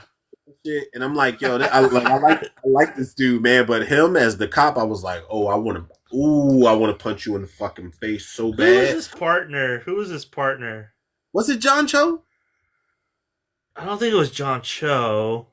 Because you got John Cho. I'm looking at the cast here. You got John Barinholtz. You got John Cho, Chris Ellis, Jay Duplass. Oh, yeah. Yeah, John Cho was his partner. He was a cop. Yeah, he was the cop. It's like, all right, man. Like, I'm waiting for you. Like, I'm waiting for another Harold and Kumar. Like, you know what fans want. Stop popping up in this other shit. And I'm not trying to tell actors not to act. I'm not trying to do that. I'd be a fool to do that. But I'm just saying, like, come on, man. You know, we don't want to see you in The Oath, John. John Cho. We don't. Harold and This Kumar movie was 4. Harold and Kumar Escape from well, Kensington is what I want to see. Like out here, filmed in Philadelphia is what I want to see. okay, so that makes sense. Okay. Yeah, but the Oath is my number 2 movie. I saw this in the theater with my lady, bro, and we were fucking Oh, dying y'all saw it in the laughing. theater? Yeah, we saw it in the theater, and we were just dying. I think we were like 6 other people in the movie theater, and we were the only 2 just laughing our asses off because we thought this shit was the funniest shit ever. I still think it's the funniest shit ever. Rightfully so, because yeah, the movie it definitely, it definitely catches you off guard. Where it's like you don't really, if you go into it blind, you don't really know what you're getting yourself into, and then when shit Yeah. starts unfolding, it's just like, oh fuck, it's like I don't Like, like, where's this going? Like, where's this going? Like, what the fuck? That shit is hilarious, man. Yeah, Yeah, I was trying to rewatch this movie before we did our show, but I couldn't find it on streaming. I'm like, God damn it! Really wanted to watch this because I remember watching this a couple years ago and just laughing my ass off, man. Yeah, shit's funny as fuck, yo. Like for sure, definitely funny as shit. And I was surprised because I did not have like super high expectations for it, but I was like, yo, this is shaping out to be really good. Then by the time I was done with it, I don't remember what I gave it rating wise, but I was like, yeah, this is that's it.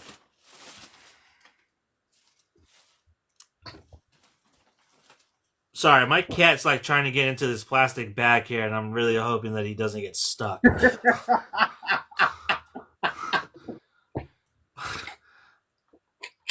I'm like, what the fuck are you doing, weirdo?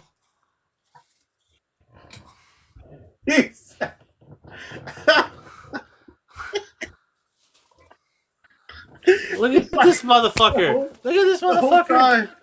The whole time you just the whole time you just sit there while the cat's making that noise, and you just like, yeah, man. I just hope it's like, yeah, man. I hope that the cat just makes it there at some point. Jesus, this fucking cat, man. Seriously. Oh. All right, so Oh what's my your God. number 2? My number 2, okay. My number 2, and I just pulled it up on IMDb. My number 2, actually, we're spinning the block again and talking about John Hughes. You know, we're talking about John Hughes again. He didn't direct this movie, but he wrote it. And again, this is like, I mean, it came out in the early '90s, but I'm just saying, late '80s, early '90s. John Hughes was on a roll, whether it was directing or writing. The guy that you had cast as the main guy, and then the sidekick that you provided him with, another road trip from hell movie, set around the holidays, Thanksgiving appropriate. My number two, my number 2 is gonna be Dutch. Yes! My number That 2 is fucking gonna be movie's Dutch. awesome, bro. Yeah, man, with Ed O'Neill, Ethan Embry, E.G. Daly, who does the voice of Tommy Pickles on the Rugrats, and she played Dottie from Pee-wee's Big Adventure. E.G. Daly pops up in 2 sequences. She's in there when they introduce her, and then she's in there the day after. I can't remember the girl's name that plays the call girl with her, but it is one of the best road trip from hell movies that I have ever seen. Again, this is a movie that crawled so that shit like Tommy Boy could walk, because here you have Ed O'Neill. He is not the most he's not the most sane guy in the world. However, he loves his girlfriend, and in order to keep loving his girlfriend, he realizes he has to love her son as well, and he goes to pick her son up for the holiday season, bring him back home. And bro, I'm telling you, my first time watching this movie, I said, holy shit. I would have fucking left that kid or killed that kid, like one or the other. You gonna be in the ditch, you gonna be in a ditch, you gonna be in the trunk, or you gonna be in police custody, you bitch. Because fuck, like, listen, he was the worst. Ethan Embry, like, I'm not gonna lie, I love Can't Hardly Wait, but it was hard to root for him. Preston Myers, it was hard to root for him because I'm like, you are still fuck, what was his name in Dutch? Doyle. Doyle, Standish. You are still Doyle Standish, and I could fucking kick you right in your esophagus, bitch, because I hated him. Such a spoiled, entitled little bitch in that movie. And but you know what I love about Dutch, not just as a holiday movie, but a movie in general, is that Doyle was a character that got a humbling experience. You know, when they had to stay at the homeless shelter, when they had to eat at the restaurant, and they had to get a free meal basically from the rich couple, and the rich couple was the ones that put them in the homeless shelter. He got a crash course in what it was like to be human and not be on that pedestal and not have the silver spoon. You know what I'm saying? So it was a really good teachable moment for a movie like that. It was a reality check for him that he was privileged. Exactly. All disguised in a funny ass holiday comedy movie that's like a buddy comedy. Like, you had all of the makings, and that's one of the things about John Hughes, man. Like, you can say what you want about him, but he's gonna get it done. Like, when he wants to get the message inside of the film, he's gonna do that shit. Like, it's so good, so well done. So good. I learned something new today. I didn't know John Hughes wrote that movie. Yeah. He wrote it, and who's this director? Peter Feynman directed it. But yeah, John Hughes, like, bro, he, like, if it was hot shit in the 80s and the 90s, John Hughes was on it. He was on it, man. I'm trying to see what these is all producing credits. What the fuck am I doing? He directed Crocodile Dundee. And then Dutch. Is that any good? Like, I've never gone back and had the desire to watch. It's a movie. It's a movie that's definitely a time capsule of the 80s, bro. So if you're not fucking with Paul Hogan, bro, it's really not gonna work for you. I mean, listen. I guess it's like, I guess shit. I don't know. It's because I don't like Crocodile Dundee. You know what I mean? I don't like it. Like, I don't think Paul Hogan is like Paul Hogan wants to be like the American Marlboro Man. You know what I mean? But he's Australian, so I'm like, nah, I'm okay. And it's a lot of like humor from Australia. So a lot of the humor for what Crocodile Dundee? No, I'm just saying I never cared for it.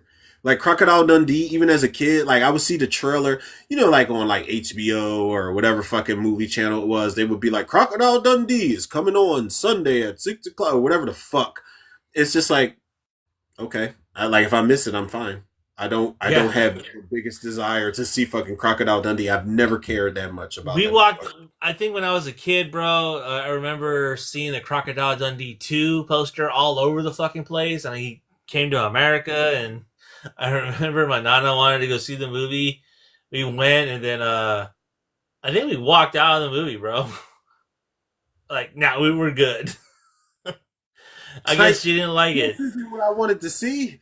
And you just walked the fuck out like, fuck Crocodile Dundee. Yeah, I don't know, man. So yeah, he directed Crocodile Dundee and Dutch. Dutch was a flop and kind of torpedoed his career after that. So that's kind of a shame. Because Dutch is actually a better movie. It's actually a better movie. A better movie. It's got a message behind it. It's got two call girls in the form of the voice of Tommy Pickles and whoever the fuck that girl is. Oh yeah, the other girl is her name was Ari Myers. She was in something else though, and I can't remember exactly what it was. Let me. Oh no, you're right. Brock. She was in. Now Shakma. She was in Shakma. You ever seen that one with the killer baboon? The fuck is that? I guess I'll take that as a no.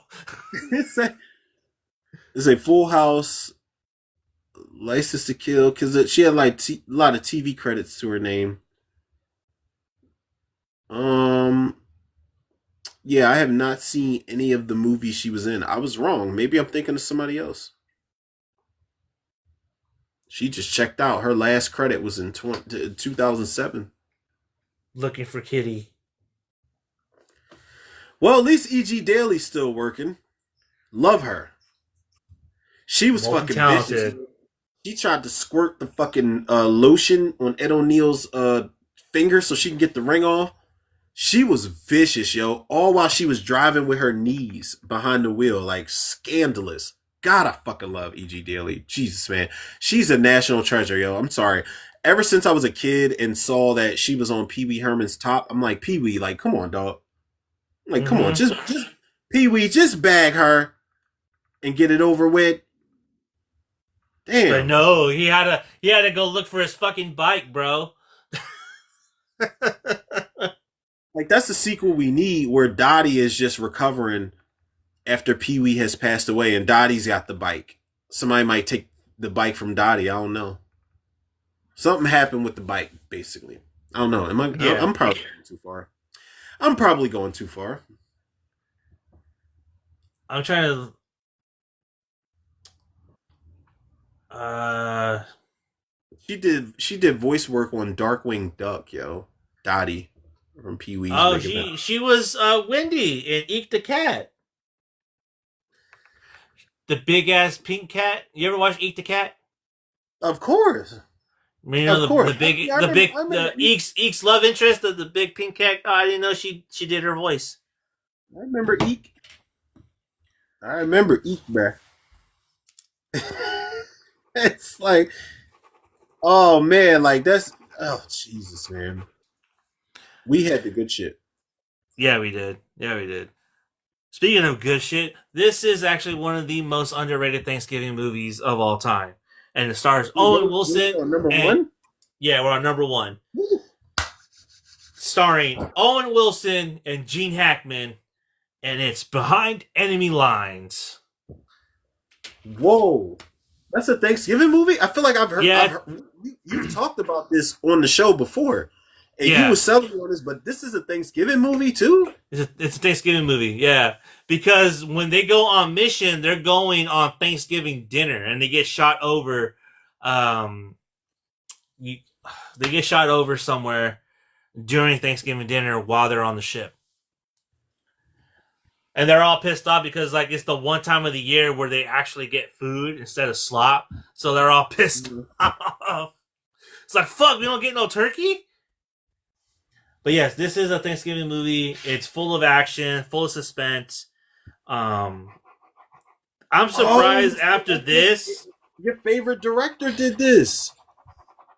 John Moore, who did A Good Day to Die Hard and Max Payne. Your favorite. Yeah, that's right. This is his only good movie. This is his only fucking good movie, bro. He said this is his only good movie, bro. Yo, John Moore, your boy, John Moore, man. How dare you?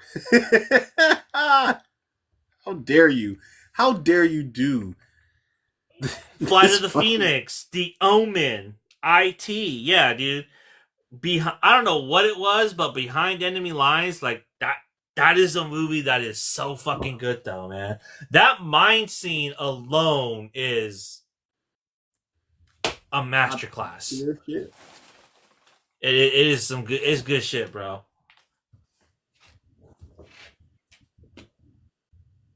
That's my number one. Behind Enemy Lines. This man, I'm surprised. Like, wait, how do you go from? Now, Behind Enemy Lines has always, like, I've never seen it, but I will say that anybody that's ever mentioned it has always said good things about it. And while I don't really run with the flock and run with the hype of movies, people be like, this is the greatest movie of all time. It's like, how do you go from something that gets acclaim like Behind Enemy Lines and people love like war, like those types of thrillers? How do you go from that to Max Payne? To fucking Matt, bro. I went to the theater. How do you go from that to The fucking Omen? Oh, he did the That's the Omen better. remake? Yeah, he did the Omen remake. Whoa. You took with Liev Schreiber? It's on his IMDb, unless it's a different Omen. Oh, he sure did. Yeah, God 2006. damn. He just had a bad dry spell, apparently. It's really bad because you're right. He did the Omen, and then Max Payne. yo. Now, granted, the Omen, I'm like, okay, the one piece of credit, and I feel like I've said this before, the one piece of credit I will give to the Omen is the fact that has got one of the best decapitations I have ever seen in any movie, horror or not. The way that shit, now, yeah, it was Final Destination, but technically the Omen was Final Destination before Final Destination came out because they were dying in these freak accidents in the original movie. And they were recreating the shit with, not Alec Rickman. What was that actor's name? I don't know what the actor's name was when that glass sheet cut his head off. They were recreating that scene. I'll look it up. Go ahead. So when that dude gets his head cut off, when he stands up and that thing swings past his neck and cuts his head clean off, it swings so fast that the body standing still and the head is flipping, and then the body falls down the steps. I was like, that is one of the greatest decapitations I've ever seen in my life. It's like, granted, I know y'all ain't interested. Really, y'all need to sit the fuck down. But I'm like, listen, if that's what we on, then that's what we on, and that's where I'm going with it. I'm going to go back to all of the fatalities because dog, that now I'll give him credit for that shit with the Omen, but the Die Hard movie he did was just terrible. It's bad. Yeah. The best part of it was when Bruce Willis and Jai Courtney ended. They jumped.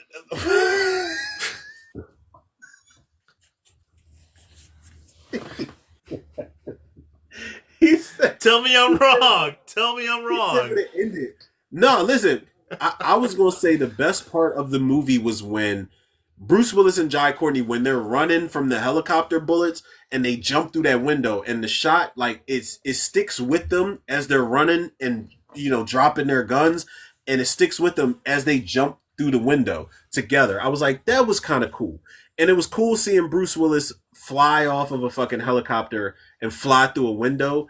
And even though it's John McClane, he's going to survive his injuries. I was like, that was cool. But the rest of the movie is ass cheeks. The rest of the movie is so terrible. It's garbage. It's bad.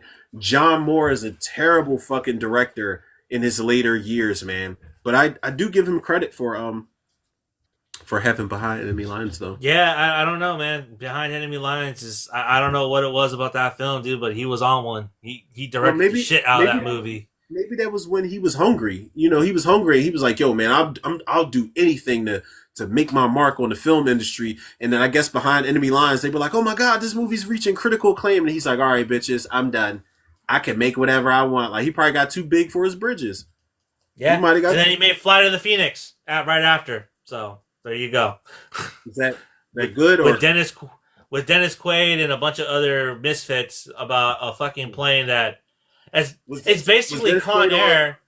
It's basically Con Air. Is it what? Was Dennis Quaid on drugs during filming of this? No, but I think he was drunk. Because why else would he take that role? Man.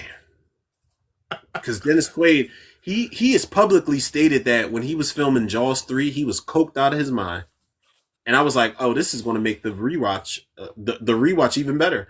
Same thing with Jean-Claude Van Damme on Street Fighter. He said he was coked out of his mind making that movie. I said, oh, bet. Okay, cool. I gotta watch that shit. Oh, yeah. Yeah, I'm good with that. Like, because I want to know which scenes were you the highest. I feel like he might have actually jumped. You remember when Guile fucking jumps out of that remember they open up that chamber? Yeah. Guile jumps out and kicks Bison. That probably really was Jean-Claude Van Damme with no strings on him. He probably was just coked out of his mind. He probably just did one big ass rail and he just jumped out. He wasn't supposed to jump. Right. The director was like, listen, he's not going to jump out. He's going to do something completely different. Don't worry about it. And then Jean-Claude, that coke kicked in. He just jumped the fuck out and kicked Raul Julia in his chest. People, listen. People, first of all, rest in peace. Shout out to Raul Julia. Yeah, shout out. We're curious to see what the new Street Fighter movie is going to be, but y'all know. If y'all don't know, it's public information, man. Like Jean-Claude Van Damme was high as shit. Fuck. Off of powder, making that Street Fighter movie, man. He was offering other castmates cocaine. He's like, hey, you want to do this shit? Because this is the only way we're going to make it through this film. No. Who you think took it though? Like looking back at the performances. I think Kylie took some. Oh, well, they was fucking. So they already was on. Yeah. And listen, and I'm not gonna lie, good for him because the chick that played Cammy in that original Street Fighter movie, she's bad, yo. She is bad. I'm not gonna lie. Like Cammy and Chun-Li, I think the actress playing Chun-Li was Ming-Na Wen is her name. Yeah. She's still fine as fuck. She was in the new I was about to say the new Ninja Turtles movie. The new Kyler Perry? Kyler Mutant Ninja Turtles. Oh God, man. She was in the new fuck. What is it called? The Karate Kid, bro. Legend. Yeah. What the fuck? There you go. Karate Kid Legends. My bad, man. My bad, people. Like, listen. I get my time zone, bro, but it's 1:00 over there, bro. I mean, what the fuck? I know. I'm supposed to have my shit together by now, man. I know. I said Ming-Na Ninja Turtles. Kyler Perry Teenage Mutant Ninja Turtles. I never knew that's a movie I needed, bro. Definitely need to see that shit. Kyler Perry Ninja Turtles. What? Because I was thinking of Kylie Mignon, whatever her name is, that plays Cammy. Like, bro, everything just got meshed into one thought in my brain. And I just couldn't figure it out, man. I couldn't bail myself out of the situation. I was like, wait, how we doing this? What the fuck is going on? Like, I feel like it's like scanners. I'm like, yeah. All right, so what's your number one, dude? Okay, so my number one, I'm trying to think of how I can tie this into anything you're talking about. I really can't.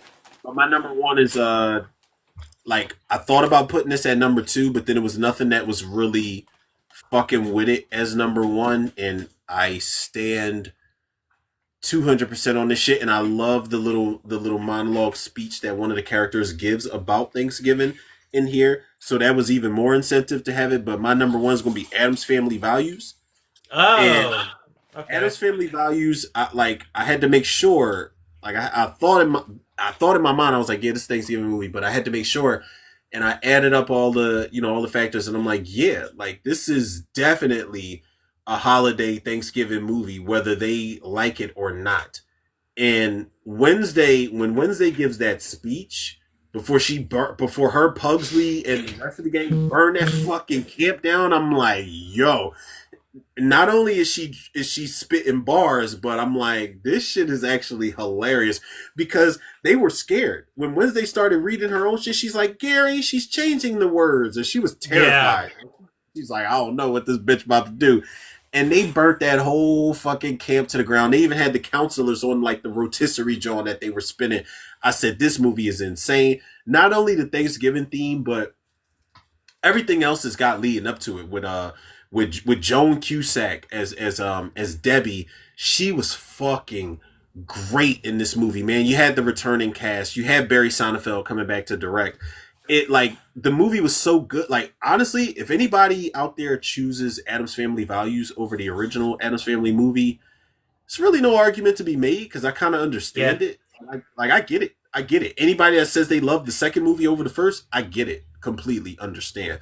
But as far as like Thanksgiving movies, I was like, yeah, this is the one because they didn't want to be there in the first place, but they were like, all right, listen, if we got to be here for the shitty holiday that we don't even care for, we're going to fuck everybody's holiday. They burnt that fucking camp down to the ground, bro. Listen. It's the original Camp Krusty. Yo, yeah.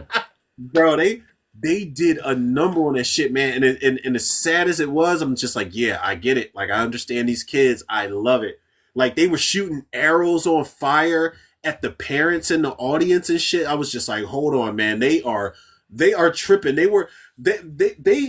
hit a lever. There was the girl, I think the girl that I was saying, she's like, Gary, she's changing the words. She was running off or something, and somebody pulled the lever, and she fucking flipped. She flipped off of the dock into the water, and I'm like, yo, y'all went all out for this Thanksgiving. This is one of the best Thanksgivings ever.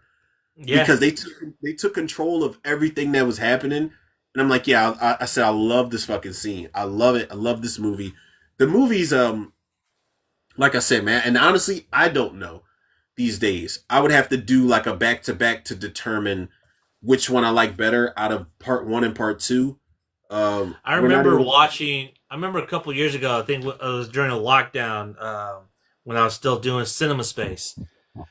Mm-hmm. And Aaron had picked Addams Family and Addams Family's Values as the double feature for the holidays. And we watched them. And I remember saying that, Values wasn't as bad as I remembered it. It actually is a fun and like a really good time. And the camp scene actually helps the movie a lot because it's just, what the fuck? But Values, I remember watching Values as a kid in the theater, not liking it as much because it didn't seem as dark as the first one. But watching it as an adult, you realize Values is actually a little bit more darker than the first one.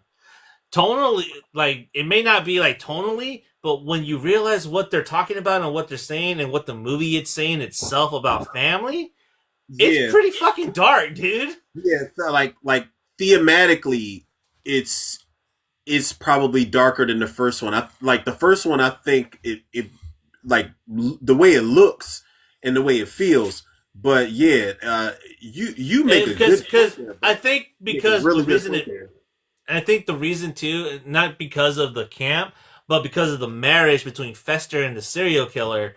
Yeah, it adds a whole nother fucking layer to that movie where it's like, oh, Fester is a serial killer. Like, he's killed women before. And it also makes me wonder, what were we going to do with Uncle Fester in part 3? Like, if they would have got a chance, if Lord willing they had got a chance to make a part 3. You notice the plot lines are all centered around Uncle Fester. Like the first one, he lost his memory and he was putting up a front to get the gold, but he didn't know that he was actually family to the Addams clan. But the second one, he ran into Joan Cusack's character. So I always wonder what would Uncle Fester what the fuck would he run into in the third movie? Like, I always wondered that, man. Like, and I haven't even bothered. Somebody reminded me, they got an Addams Family movie where Tim Curry, no diss to Tim Curry, I love that guy, man. But Tim Curry was Gomez, and who was fucking Morticia? I can't remember, man. But I'm just like, I said, I don't even want to watch it. I'm not gonna do it. Even the Wednesday series, like, I have trouble watching it because I'm like, I know it's Wednesday. It's not about the rest of the family, but I'm like, Louise Guzman is Gomez. Daryl fucking Hannah. She's in there? Who's she? She's Morticia. Nah, what's the name? Is Morticia? Ain't she Catherine Zeta-Jones? No. Oh, no, I'm talking about Addams Family Addams Family 3. Oh, you talking about the movie with Tim Curry? Yeah. Daryl Hannah stop. is Morticia. No, she's not. Yeah, she is. Look, what's that say right there? What's that say right there? And listen, I like Daryl Hannah. I love her, but Morticia Addams? Nah, I don't see it. Bruh. I do not see it, yo. The only returning cast member was Carl Strickland. Or Strickland as Lurch. Lurch, yeah, that's my man. He was in Men in Black, all Dr. Sleep, all that shit, man. Yeah, he still shows up. But goddamn, man, Pugsley looks like shit on that front cover. Wednesday looks like shit on that front cover. I'm sorry, Daryl Hannah. I love Daryl Hannah, but no. Tim Curry, love Tim Curry, but no, as Gomez Adams, no. Like, what do you call them? The successors of the previous actors. The successors is what they are, right? Yeah. Like, I don't like Tim Curry. Yo, you're amazing, man. But Gomez Adams, absolutely not. Like, come on, man. Like, I'm sorry. Whoever ever, if they ever, which they will, reboot the Addams Family into a movie, a live action movie, big shoes to fill. I feel like they'll cast Bill Skarsgård. They'll cast Skarsgård. They gonna cast they Bill cast Skarsgård. him as Gomez for sure. They gonna cast Bill Skarsgård and Anna Taylor-Joy as fucking Morticia, bro. I'm telling you, it's gonna be Anna Taylor-Joy, or it's gonna be Mia Goth, or it's gonna be fucking what's that girl's name that's in everything? Jenna Ortega or Melissa Barrera. Honestly, if they do, it should be Diego Luna and Melissa Barrera as Gomez and Morticia. Diego that would Luna. work. Is that my man from Terminator Dark Fate? No, that's Gabriel Luna. That's his brother. Oh, okay. Diego is Andor. Come on, bro. I don't watch this shit. You don't watch Star Wars. Never mind. Fuck. What else would you have seen? This motherfucker looks like Johnny Depp, Oscar Isaac. It looked like a bunch of people ran into each other with the chromosomes of certain actors and just made him. He was in Rogue One. Yeah, Narcos. Okay. I think honestly, if they ever do like a live action, I think he should be a front runner for Gomez. Oh, he was in the Flatliners remake that nobody saw. I didn't even know there was a Flatliners remake. Yeah.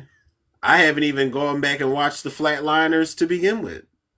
Because it was one of those movies that was kind of on TV when I was a kid, and I never really paid attention to it. I'm going to watch it now. Because that original cast is stacked, though, when you think about it. Woo! Yes. Julia Roberts, Kiefer Sutherland. Who else was in that movie?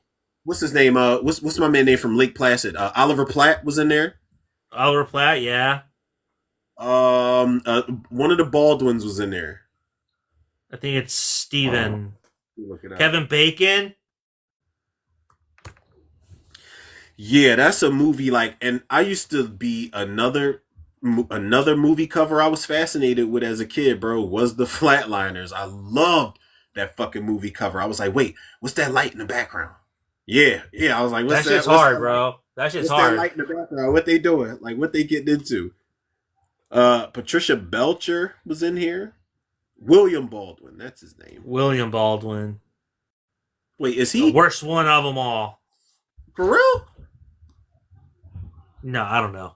Just listen. You got some that are considered the worst. You got some that killed motherfuckers. Like the Baldwin is down bad, right? The Baldwin name ain't doing too well right now, man. Listen, people, before anybody goes out there and tries to condemn me or cancel us, I'm not saying anything smart about, rest in peace, shout out to the life that was lost. I can't remember the woman's name offhand that was killed on the set of Rust by the hands of that prop that Alec Baldwin had that should have been secured. I just don't know, people. I've never been on a movie set. I've never made a movie. I just want to know how those kind of mistakes happen, because that was really fucked up, and that's something that's going to stick with Alec Baldwin's career for the rest of his life. It's like Michael Massey. He fired the prop gun that killed Brandon Lee. Now he's gone now, but it's just like, God damn, dog. Yeah. You gotta live with that shit. That's rough, man. Yeah, that is rough. And the cinematographer's name was Hala Hutchins. And it directed the director, Joel Souza. Yeah, there's a whole thing about how that shit happened, so... Yeah, we won't get into it right now, but yeah, that's definitely... Yeah, nah. That'd be a dark episode. I don't think we gonna be like, let's do our top accidents on set episode. Nah, that's gonna depress the fuck. No. I'm gonna be depressing as fuck, because there's a lot of those that's happened. Like, nah. Because and it's early too, bro. Like, I want to end on a high note, not on a low note. Bro, I'm gonna keep it real with you, man. We can't do that because honestly, I just recently found out. I'm talking like probably like last month that there was a stunt woman that passed away on the set of Vampire in Brooklyn. That was Angela Yeah. Bassett's stunt double. Yeah, Never on the knew. clock tower. I think it was the clock tower scene. Never knew. I never knew. And I was like, wait, what? Never knew. But yeah, like you said, let's end it on a high note and talk about some people that thrived on the set of their movies and not died. They didn't died. They didn't died? I didn't say that right. They didn't die. Listen, wait, what was your number one? What was your number one movie again? My number one was Addams Family Values. Values, okay. And then we transitioned into that. See? That's what happens when you talk about the Addams Family. It gets dark real quick. Yeah, it gets creepy and kooky, man. It's like that. Seriously. Holy shit. God damn, bro. We just can't help ourselves sometimes. Holy shit. Listen, people, y'all, we are just giving y'all what y'all have been missing. And y'all know we ain't no shock jocks, and we don't try to offend people on purpose. It just so happens that it's the fall of the fucking cards, man. It's just a natural progression of the conversation. That's just how it goes. Exactly. And the segues and all. Y'all know what y'all getting yourselves into years later. But we appreciate y'all, though. And we appreciate not being canceled at this point. And I appreciate TikTok for not banning us yet. Yeah. For all the wild shit that we were talking. I'm not going to lie. Like, looking at it now, I forgot we were streaming I thought we were on Instagram. Because I was like, we would have gotten kicked off for sure on like an episode where we were really talking that shit. Like, they'd have been like, all right, enough. All right, bye. Done. We don't want y'all. We don't want y'all no more. It's like we don't even want y'all no more. Bye. Go on about your business. Go ahead somewhere. All right. Well, that's our episode. That is our Thanksgiving special. This is us giving thanks to you guys out there listening, watching, sharing, gifting. Appreciate everyone that tuned in. You can catch our show on YouTube on a replay on Zuko's Corner Sunday morning. So I'm gonna try to have this up Sunday morning, if not by Monday. So this will be up. And then the following, I think the 29th is the next time. Today's date, the 15th. Yeah, yep. It'll be after. That's gonna be movies we liked then that we don't now, because that is an interesting topic, and I fucking cannot wait to go back and view some of these movies now. It's gonna break my heart, bro. It is. I mean, honestly, it's not really gonna break my heart because I feel like when I look back on certain movies, it's gonna be like, you knew you was ass. I just didn't know. So like, it's not my fault. Like, it's not my fault, man. Wait, what was I just didn't know any better. What was the one we gave each other? We gave each other like Double Dragon. You said Double Dragon. I said fuck. I don't know. I think I mentioned 2 because I said I know we talk about Mortal Kombat a lot, and I'm not going to mention Batman and Robin. No, it's other ones I'm gonna think of. It's definitely other ones I'm going to think of for sure because the pass that I give is not as lenient nowadays. Also, before we wrap up, if you have not seen at least the opening of the new Frankenstein, I don't know if I mentioned this earlier on in the episode. I really don't remember, bro. I feel like we're both. No, you didn't. That Netflix Frankenstein movie, my sister had me watch some of it. That shit goes hard as fuck, bro. Yo, really? That opening, Frankenstein is Michael Myers and Halloween Kills in that fucking opening. What? Dog. Yo, like that? I forgot the dude's name, but so I'll only tell you the opening. I won't tell you anything else. The opening is basically like they don't tell it in sequence. It's just like, this is what happened at this point, but then we're gonna flash forward or flash backwards to what happened before all of this. Like, it opens up with Frankenstein's monster looking for Victor Frankenstein. Victor Frankenstein like pops up And they're like, "Yo, you all right, man?" And then they hear this loud growling. He's like, "Victor, where are you at, motherfucker?" Like he'll say that, but yo, bro, I'm telling you, like they line up like a firing squad for him while he's walking up, and they see the bullets ain't doing nothing. He is fucking shit up in this opening. The opening was all I needed. Del Toro, I had to look because I asked my sister. I was like, "Yo," I said, "Did he produce this? Did Del Toro direct this?" She was like, "No, he directed it." I checked it just to make sure. He came back to direct. He's not just putting his. You know how Del Toro and James Wan will be like, "All right, I'll put my let's get the asses in the seats. I'm gonna put my name on it." No, Del Toro directed this. Oscar Isaac is Victor Frankenstein. He's really good in this shit, man. I forgot the guy's name that plays Jacob Elordi or something like that. Frankenstein's monster. Yeah, is that his name? Jacob. Yeah, Jacob Elordi or something like that. He's pretty good, man. He's really good, and Mia Goth is in it too. Mia Goth plays like the Of love course interest. she is. Yeah, she's in everything. She's Of doing everything. course she's in. Like she's in Frankenstein. She's gonna be in Blade. You know what I mean? Next thing we know, she's gonna be in the fucking werewolf movie. Yeah, she called up Ty West and was like, "Yo, no more Pearl movies, nah." All right, she called up Netflix. She called up Netflix like, "Yo, what you got?" Netflix like, "Yo, here, Frankenstein." All right, bet. And she's doing it. She does a good job in it from what I saw. Like she's really good in the movie, man. But Frankenstein, I'm telling you, bro, that opening sequence, that motherfucker is like, I'm telling you, he is Bane. Halloween Kills Michael Myers. Like, fuck y'all, yo. You want something? I'm just gonna throw you against this boat. Like, I'm gonna throw you this way. Get the fuck out my way. My target is locked in. My target is Victor Frankenstein, and I'm gonna beat the brakes off all of you bitch ass niggas if y'all don't get out of my way, type of thing. Yo, that opening is fucking fire, bro. I promise you. That. Okay, I'm gonna have to go watch this movie now. That opening locked me in for the next probably like 35, 45 minutes. Rest in peace, shout out to John Witherspoon for the 35, 45 minute. The 35, 45. Yeah, that's a good reference. Thing I didn't mention. Did you see who's in the writer's room for last Friday? I meant to bring that up too after you were talking about Scary Movie, but I got sidetracked on the comments. Aaron McGruber, bro, from Boondocks. Shit just got real. Shit got real. I'm excited, man. I'm excited. Like you got Aaron McGruder. What? You know they not gonna give a fuck. And I feel like this is what properties like Friday and Scary Movie need. They need no fucks given, bro. They need no fucks given. You don't be sensitive. Don't water the content down. Mm-hmm. Like Aaron McGruder? What? Mike Epps said that. He said it was him, Aaron McGruder, DJ Pooh, and Ice Cube in one room writing this movie together. And the fact I didn't know DJ Pooh was back on board. He's a part of the team.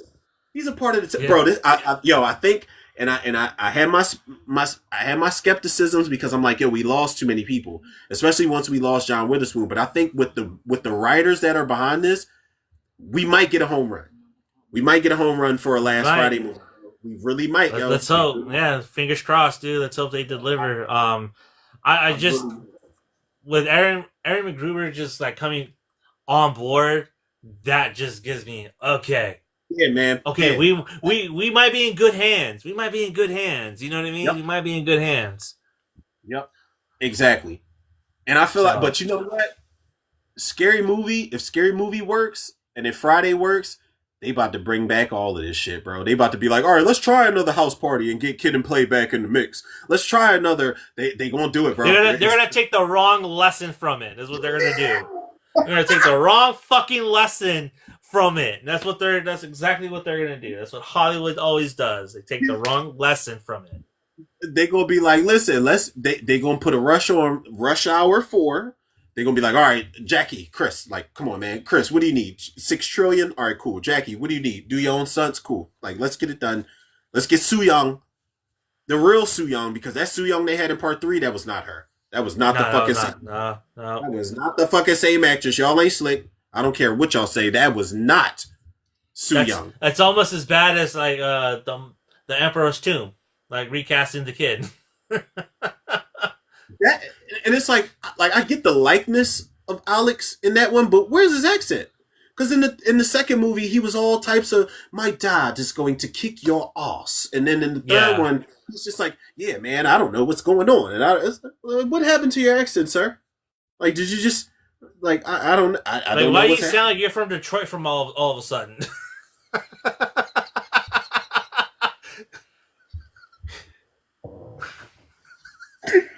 He said he sounded like he was from Detroit. Like, what the fuck? Yeah, he was in there macking on chicks and shit. Like, he was in there falling in love with the Asian chick who was eternal, who couldn't die. Michelle Yeoh's daughter, pretty much. Yeah. Like, come on, man. God damn, bruh.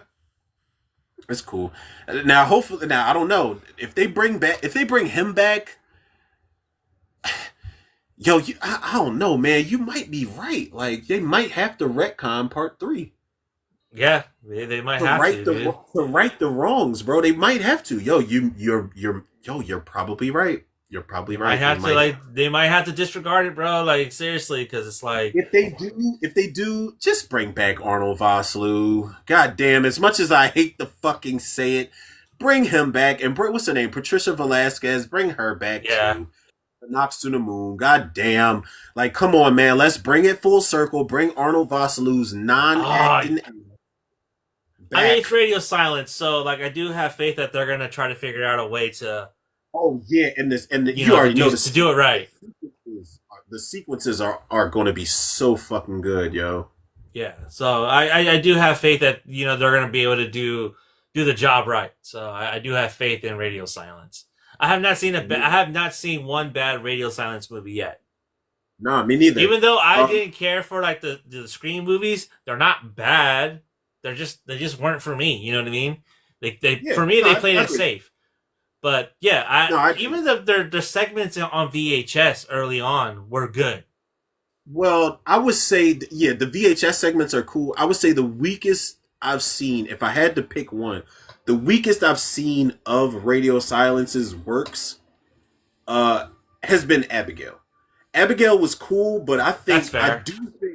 I do think they showed, like, you could have kept this trailer under wraps. Now, I know you wanted to get asses in the seats, but you could have kept shit under wraps and just, oh shit, this is a vampire? Like, but they didn't do that. And because they spoiled a lot in the trailers, the shit that I went into, none of it was better than anything I saw in the trailer. Like, the movie was just kind of just like, all right, that's it. Like, all right, okay, whatever. This girl and not Benicio del Toro. Matthew Good. Giancarlo Esposito. Esposito. Yeah. It was like, yeah, okay, like, you gave him you made him the vampire, okay, whatever. Like, Melissa Barrera, cool, but the black boy, I was like, you killed him the fuck off. I hope they don't kill him off that fast in Crystal Lake, in the series of Crystal Lake, but I'm like, this is okay, but, the dude that passed away, he got his head cut off.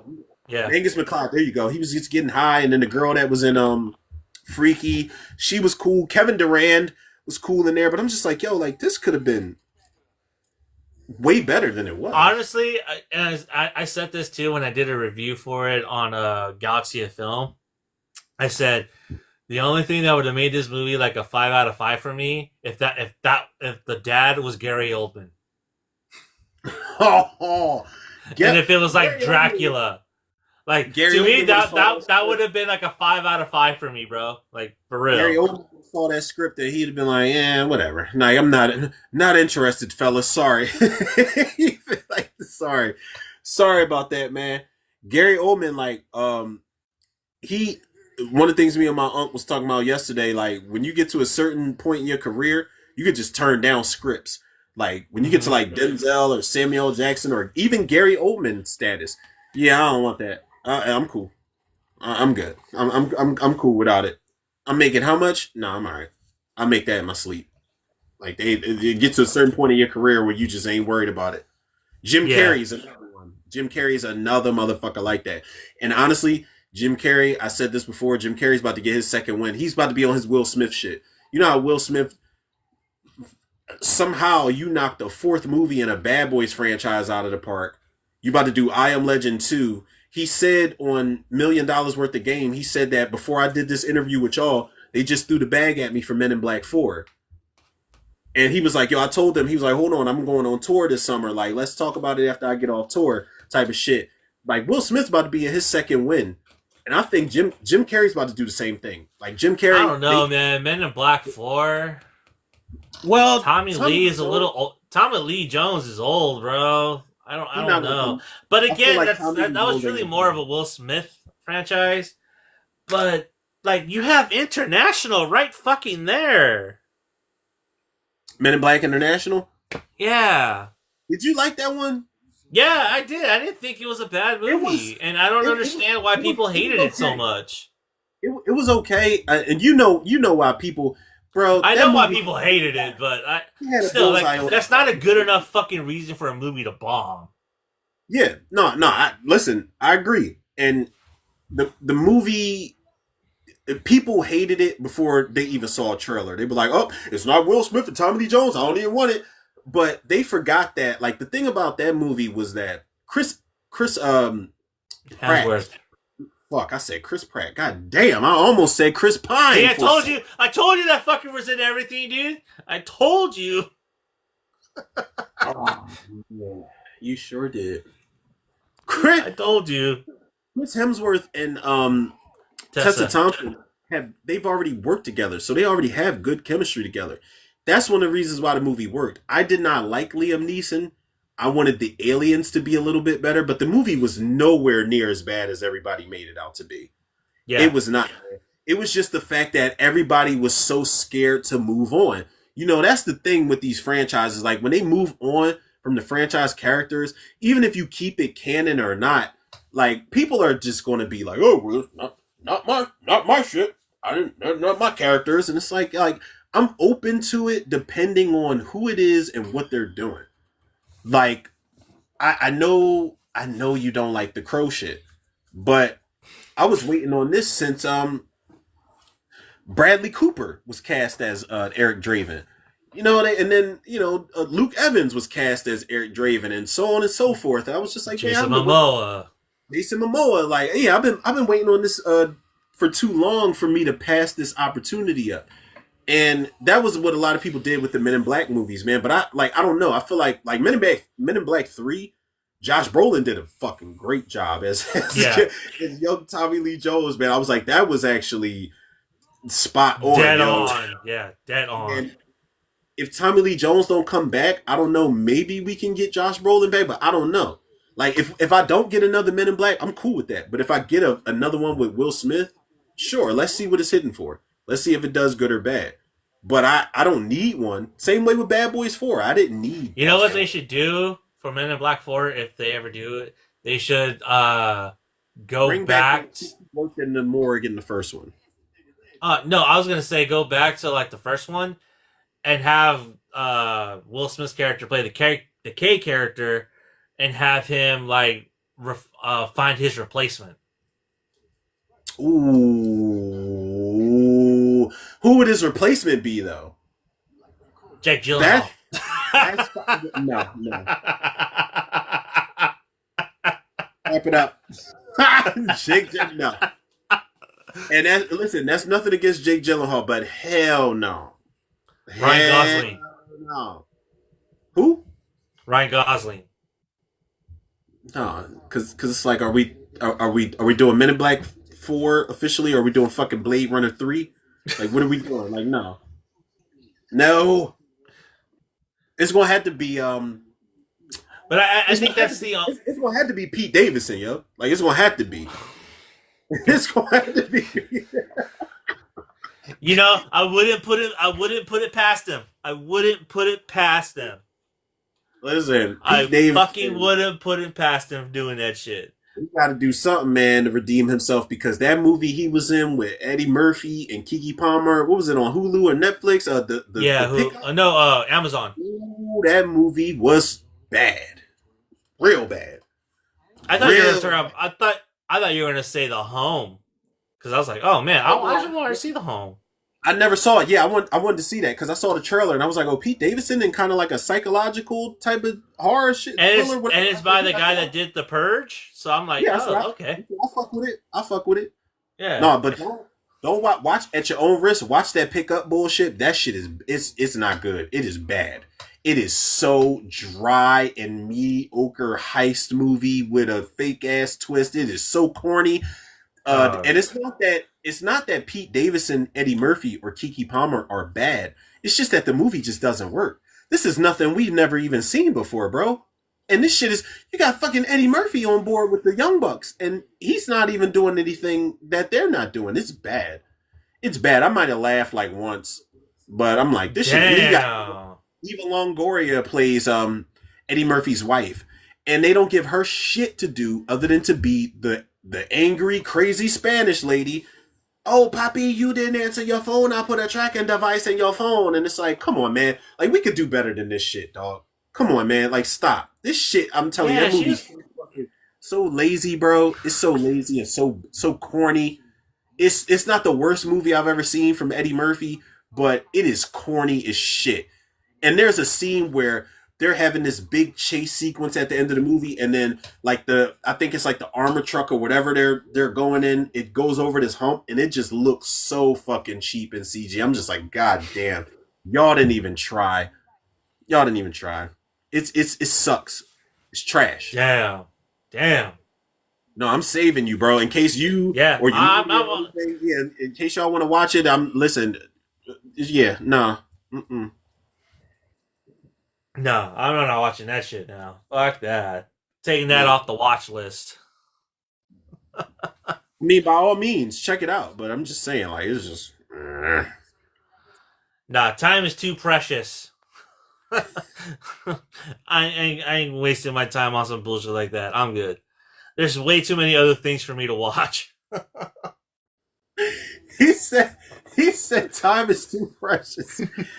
Yeah, man, like that's how I feel now, man. Like I don't mind, like if I'm doing like a drunk episode or a drunk commentary, that's cool. I know what I'm walking myself into, but I don't want to purposely watch no bad shit.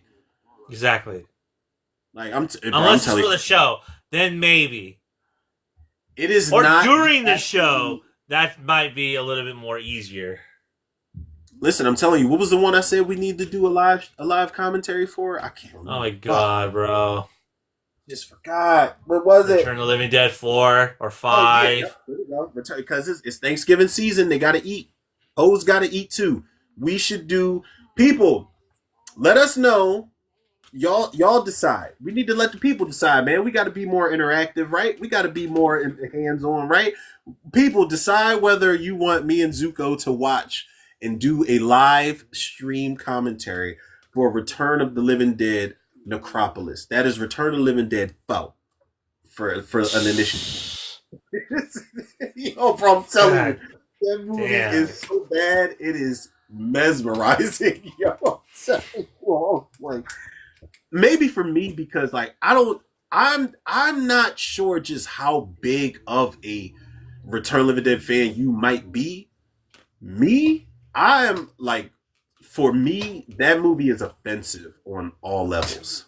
It fucking is, yo. And I've dealt with 1, 2, and 3 got completely different tones to them. But 4, I was taken aback. I could deal with 1, 2, and 3. 4? Oh man, I'm telling you, 4 is a piece of work. I don't know, man. We're gonna have to put that up on Instagram, and we're gonna have to do a video, like a video poll. Yeah, and see. Listen, I'll put it up when we done. Like, yo, who want us to do Necropolis? All right, with that being said, I'm gonna cut it right there before I get talked into watching part 5. So I'm not doing that. That's fucking way. Part 5, no we way. gonna pass out drunk doing the fucking stream covering that shit because 5 is even worse. Oh god. All right, well, that is the show, ladies and gentlemen. That is RNZ Live, our Thanksgiving special. Thank you for tuning in. As always, remember Tutor. Make sure you go follow him on YouTube, Spotify, anywhere you get your podcast for the Tutor Reviews. You got the Toxic Commentaries, got rants, movie reviews, and commentary. And be sure to go follow him on TikTok at Romero Tutor.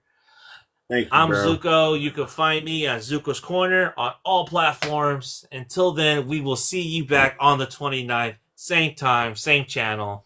And we will see you then. Peace.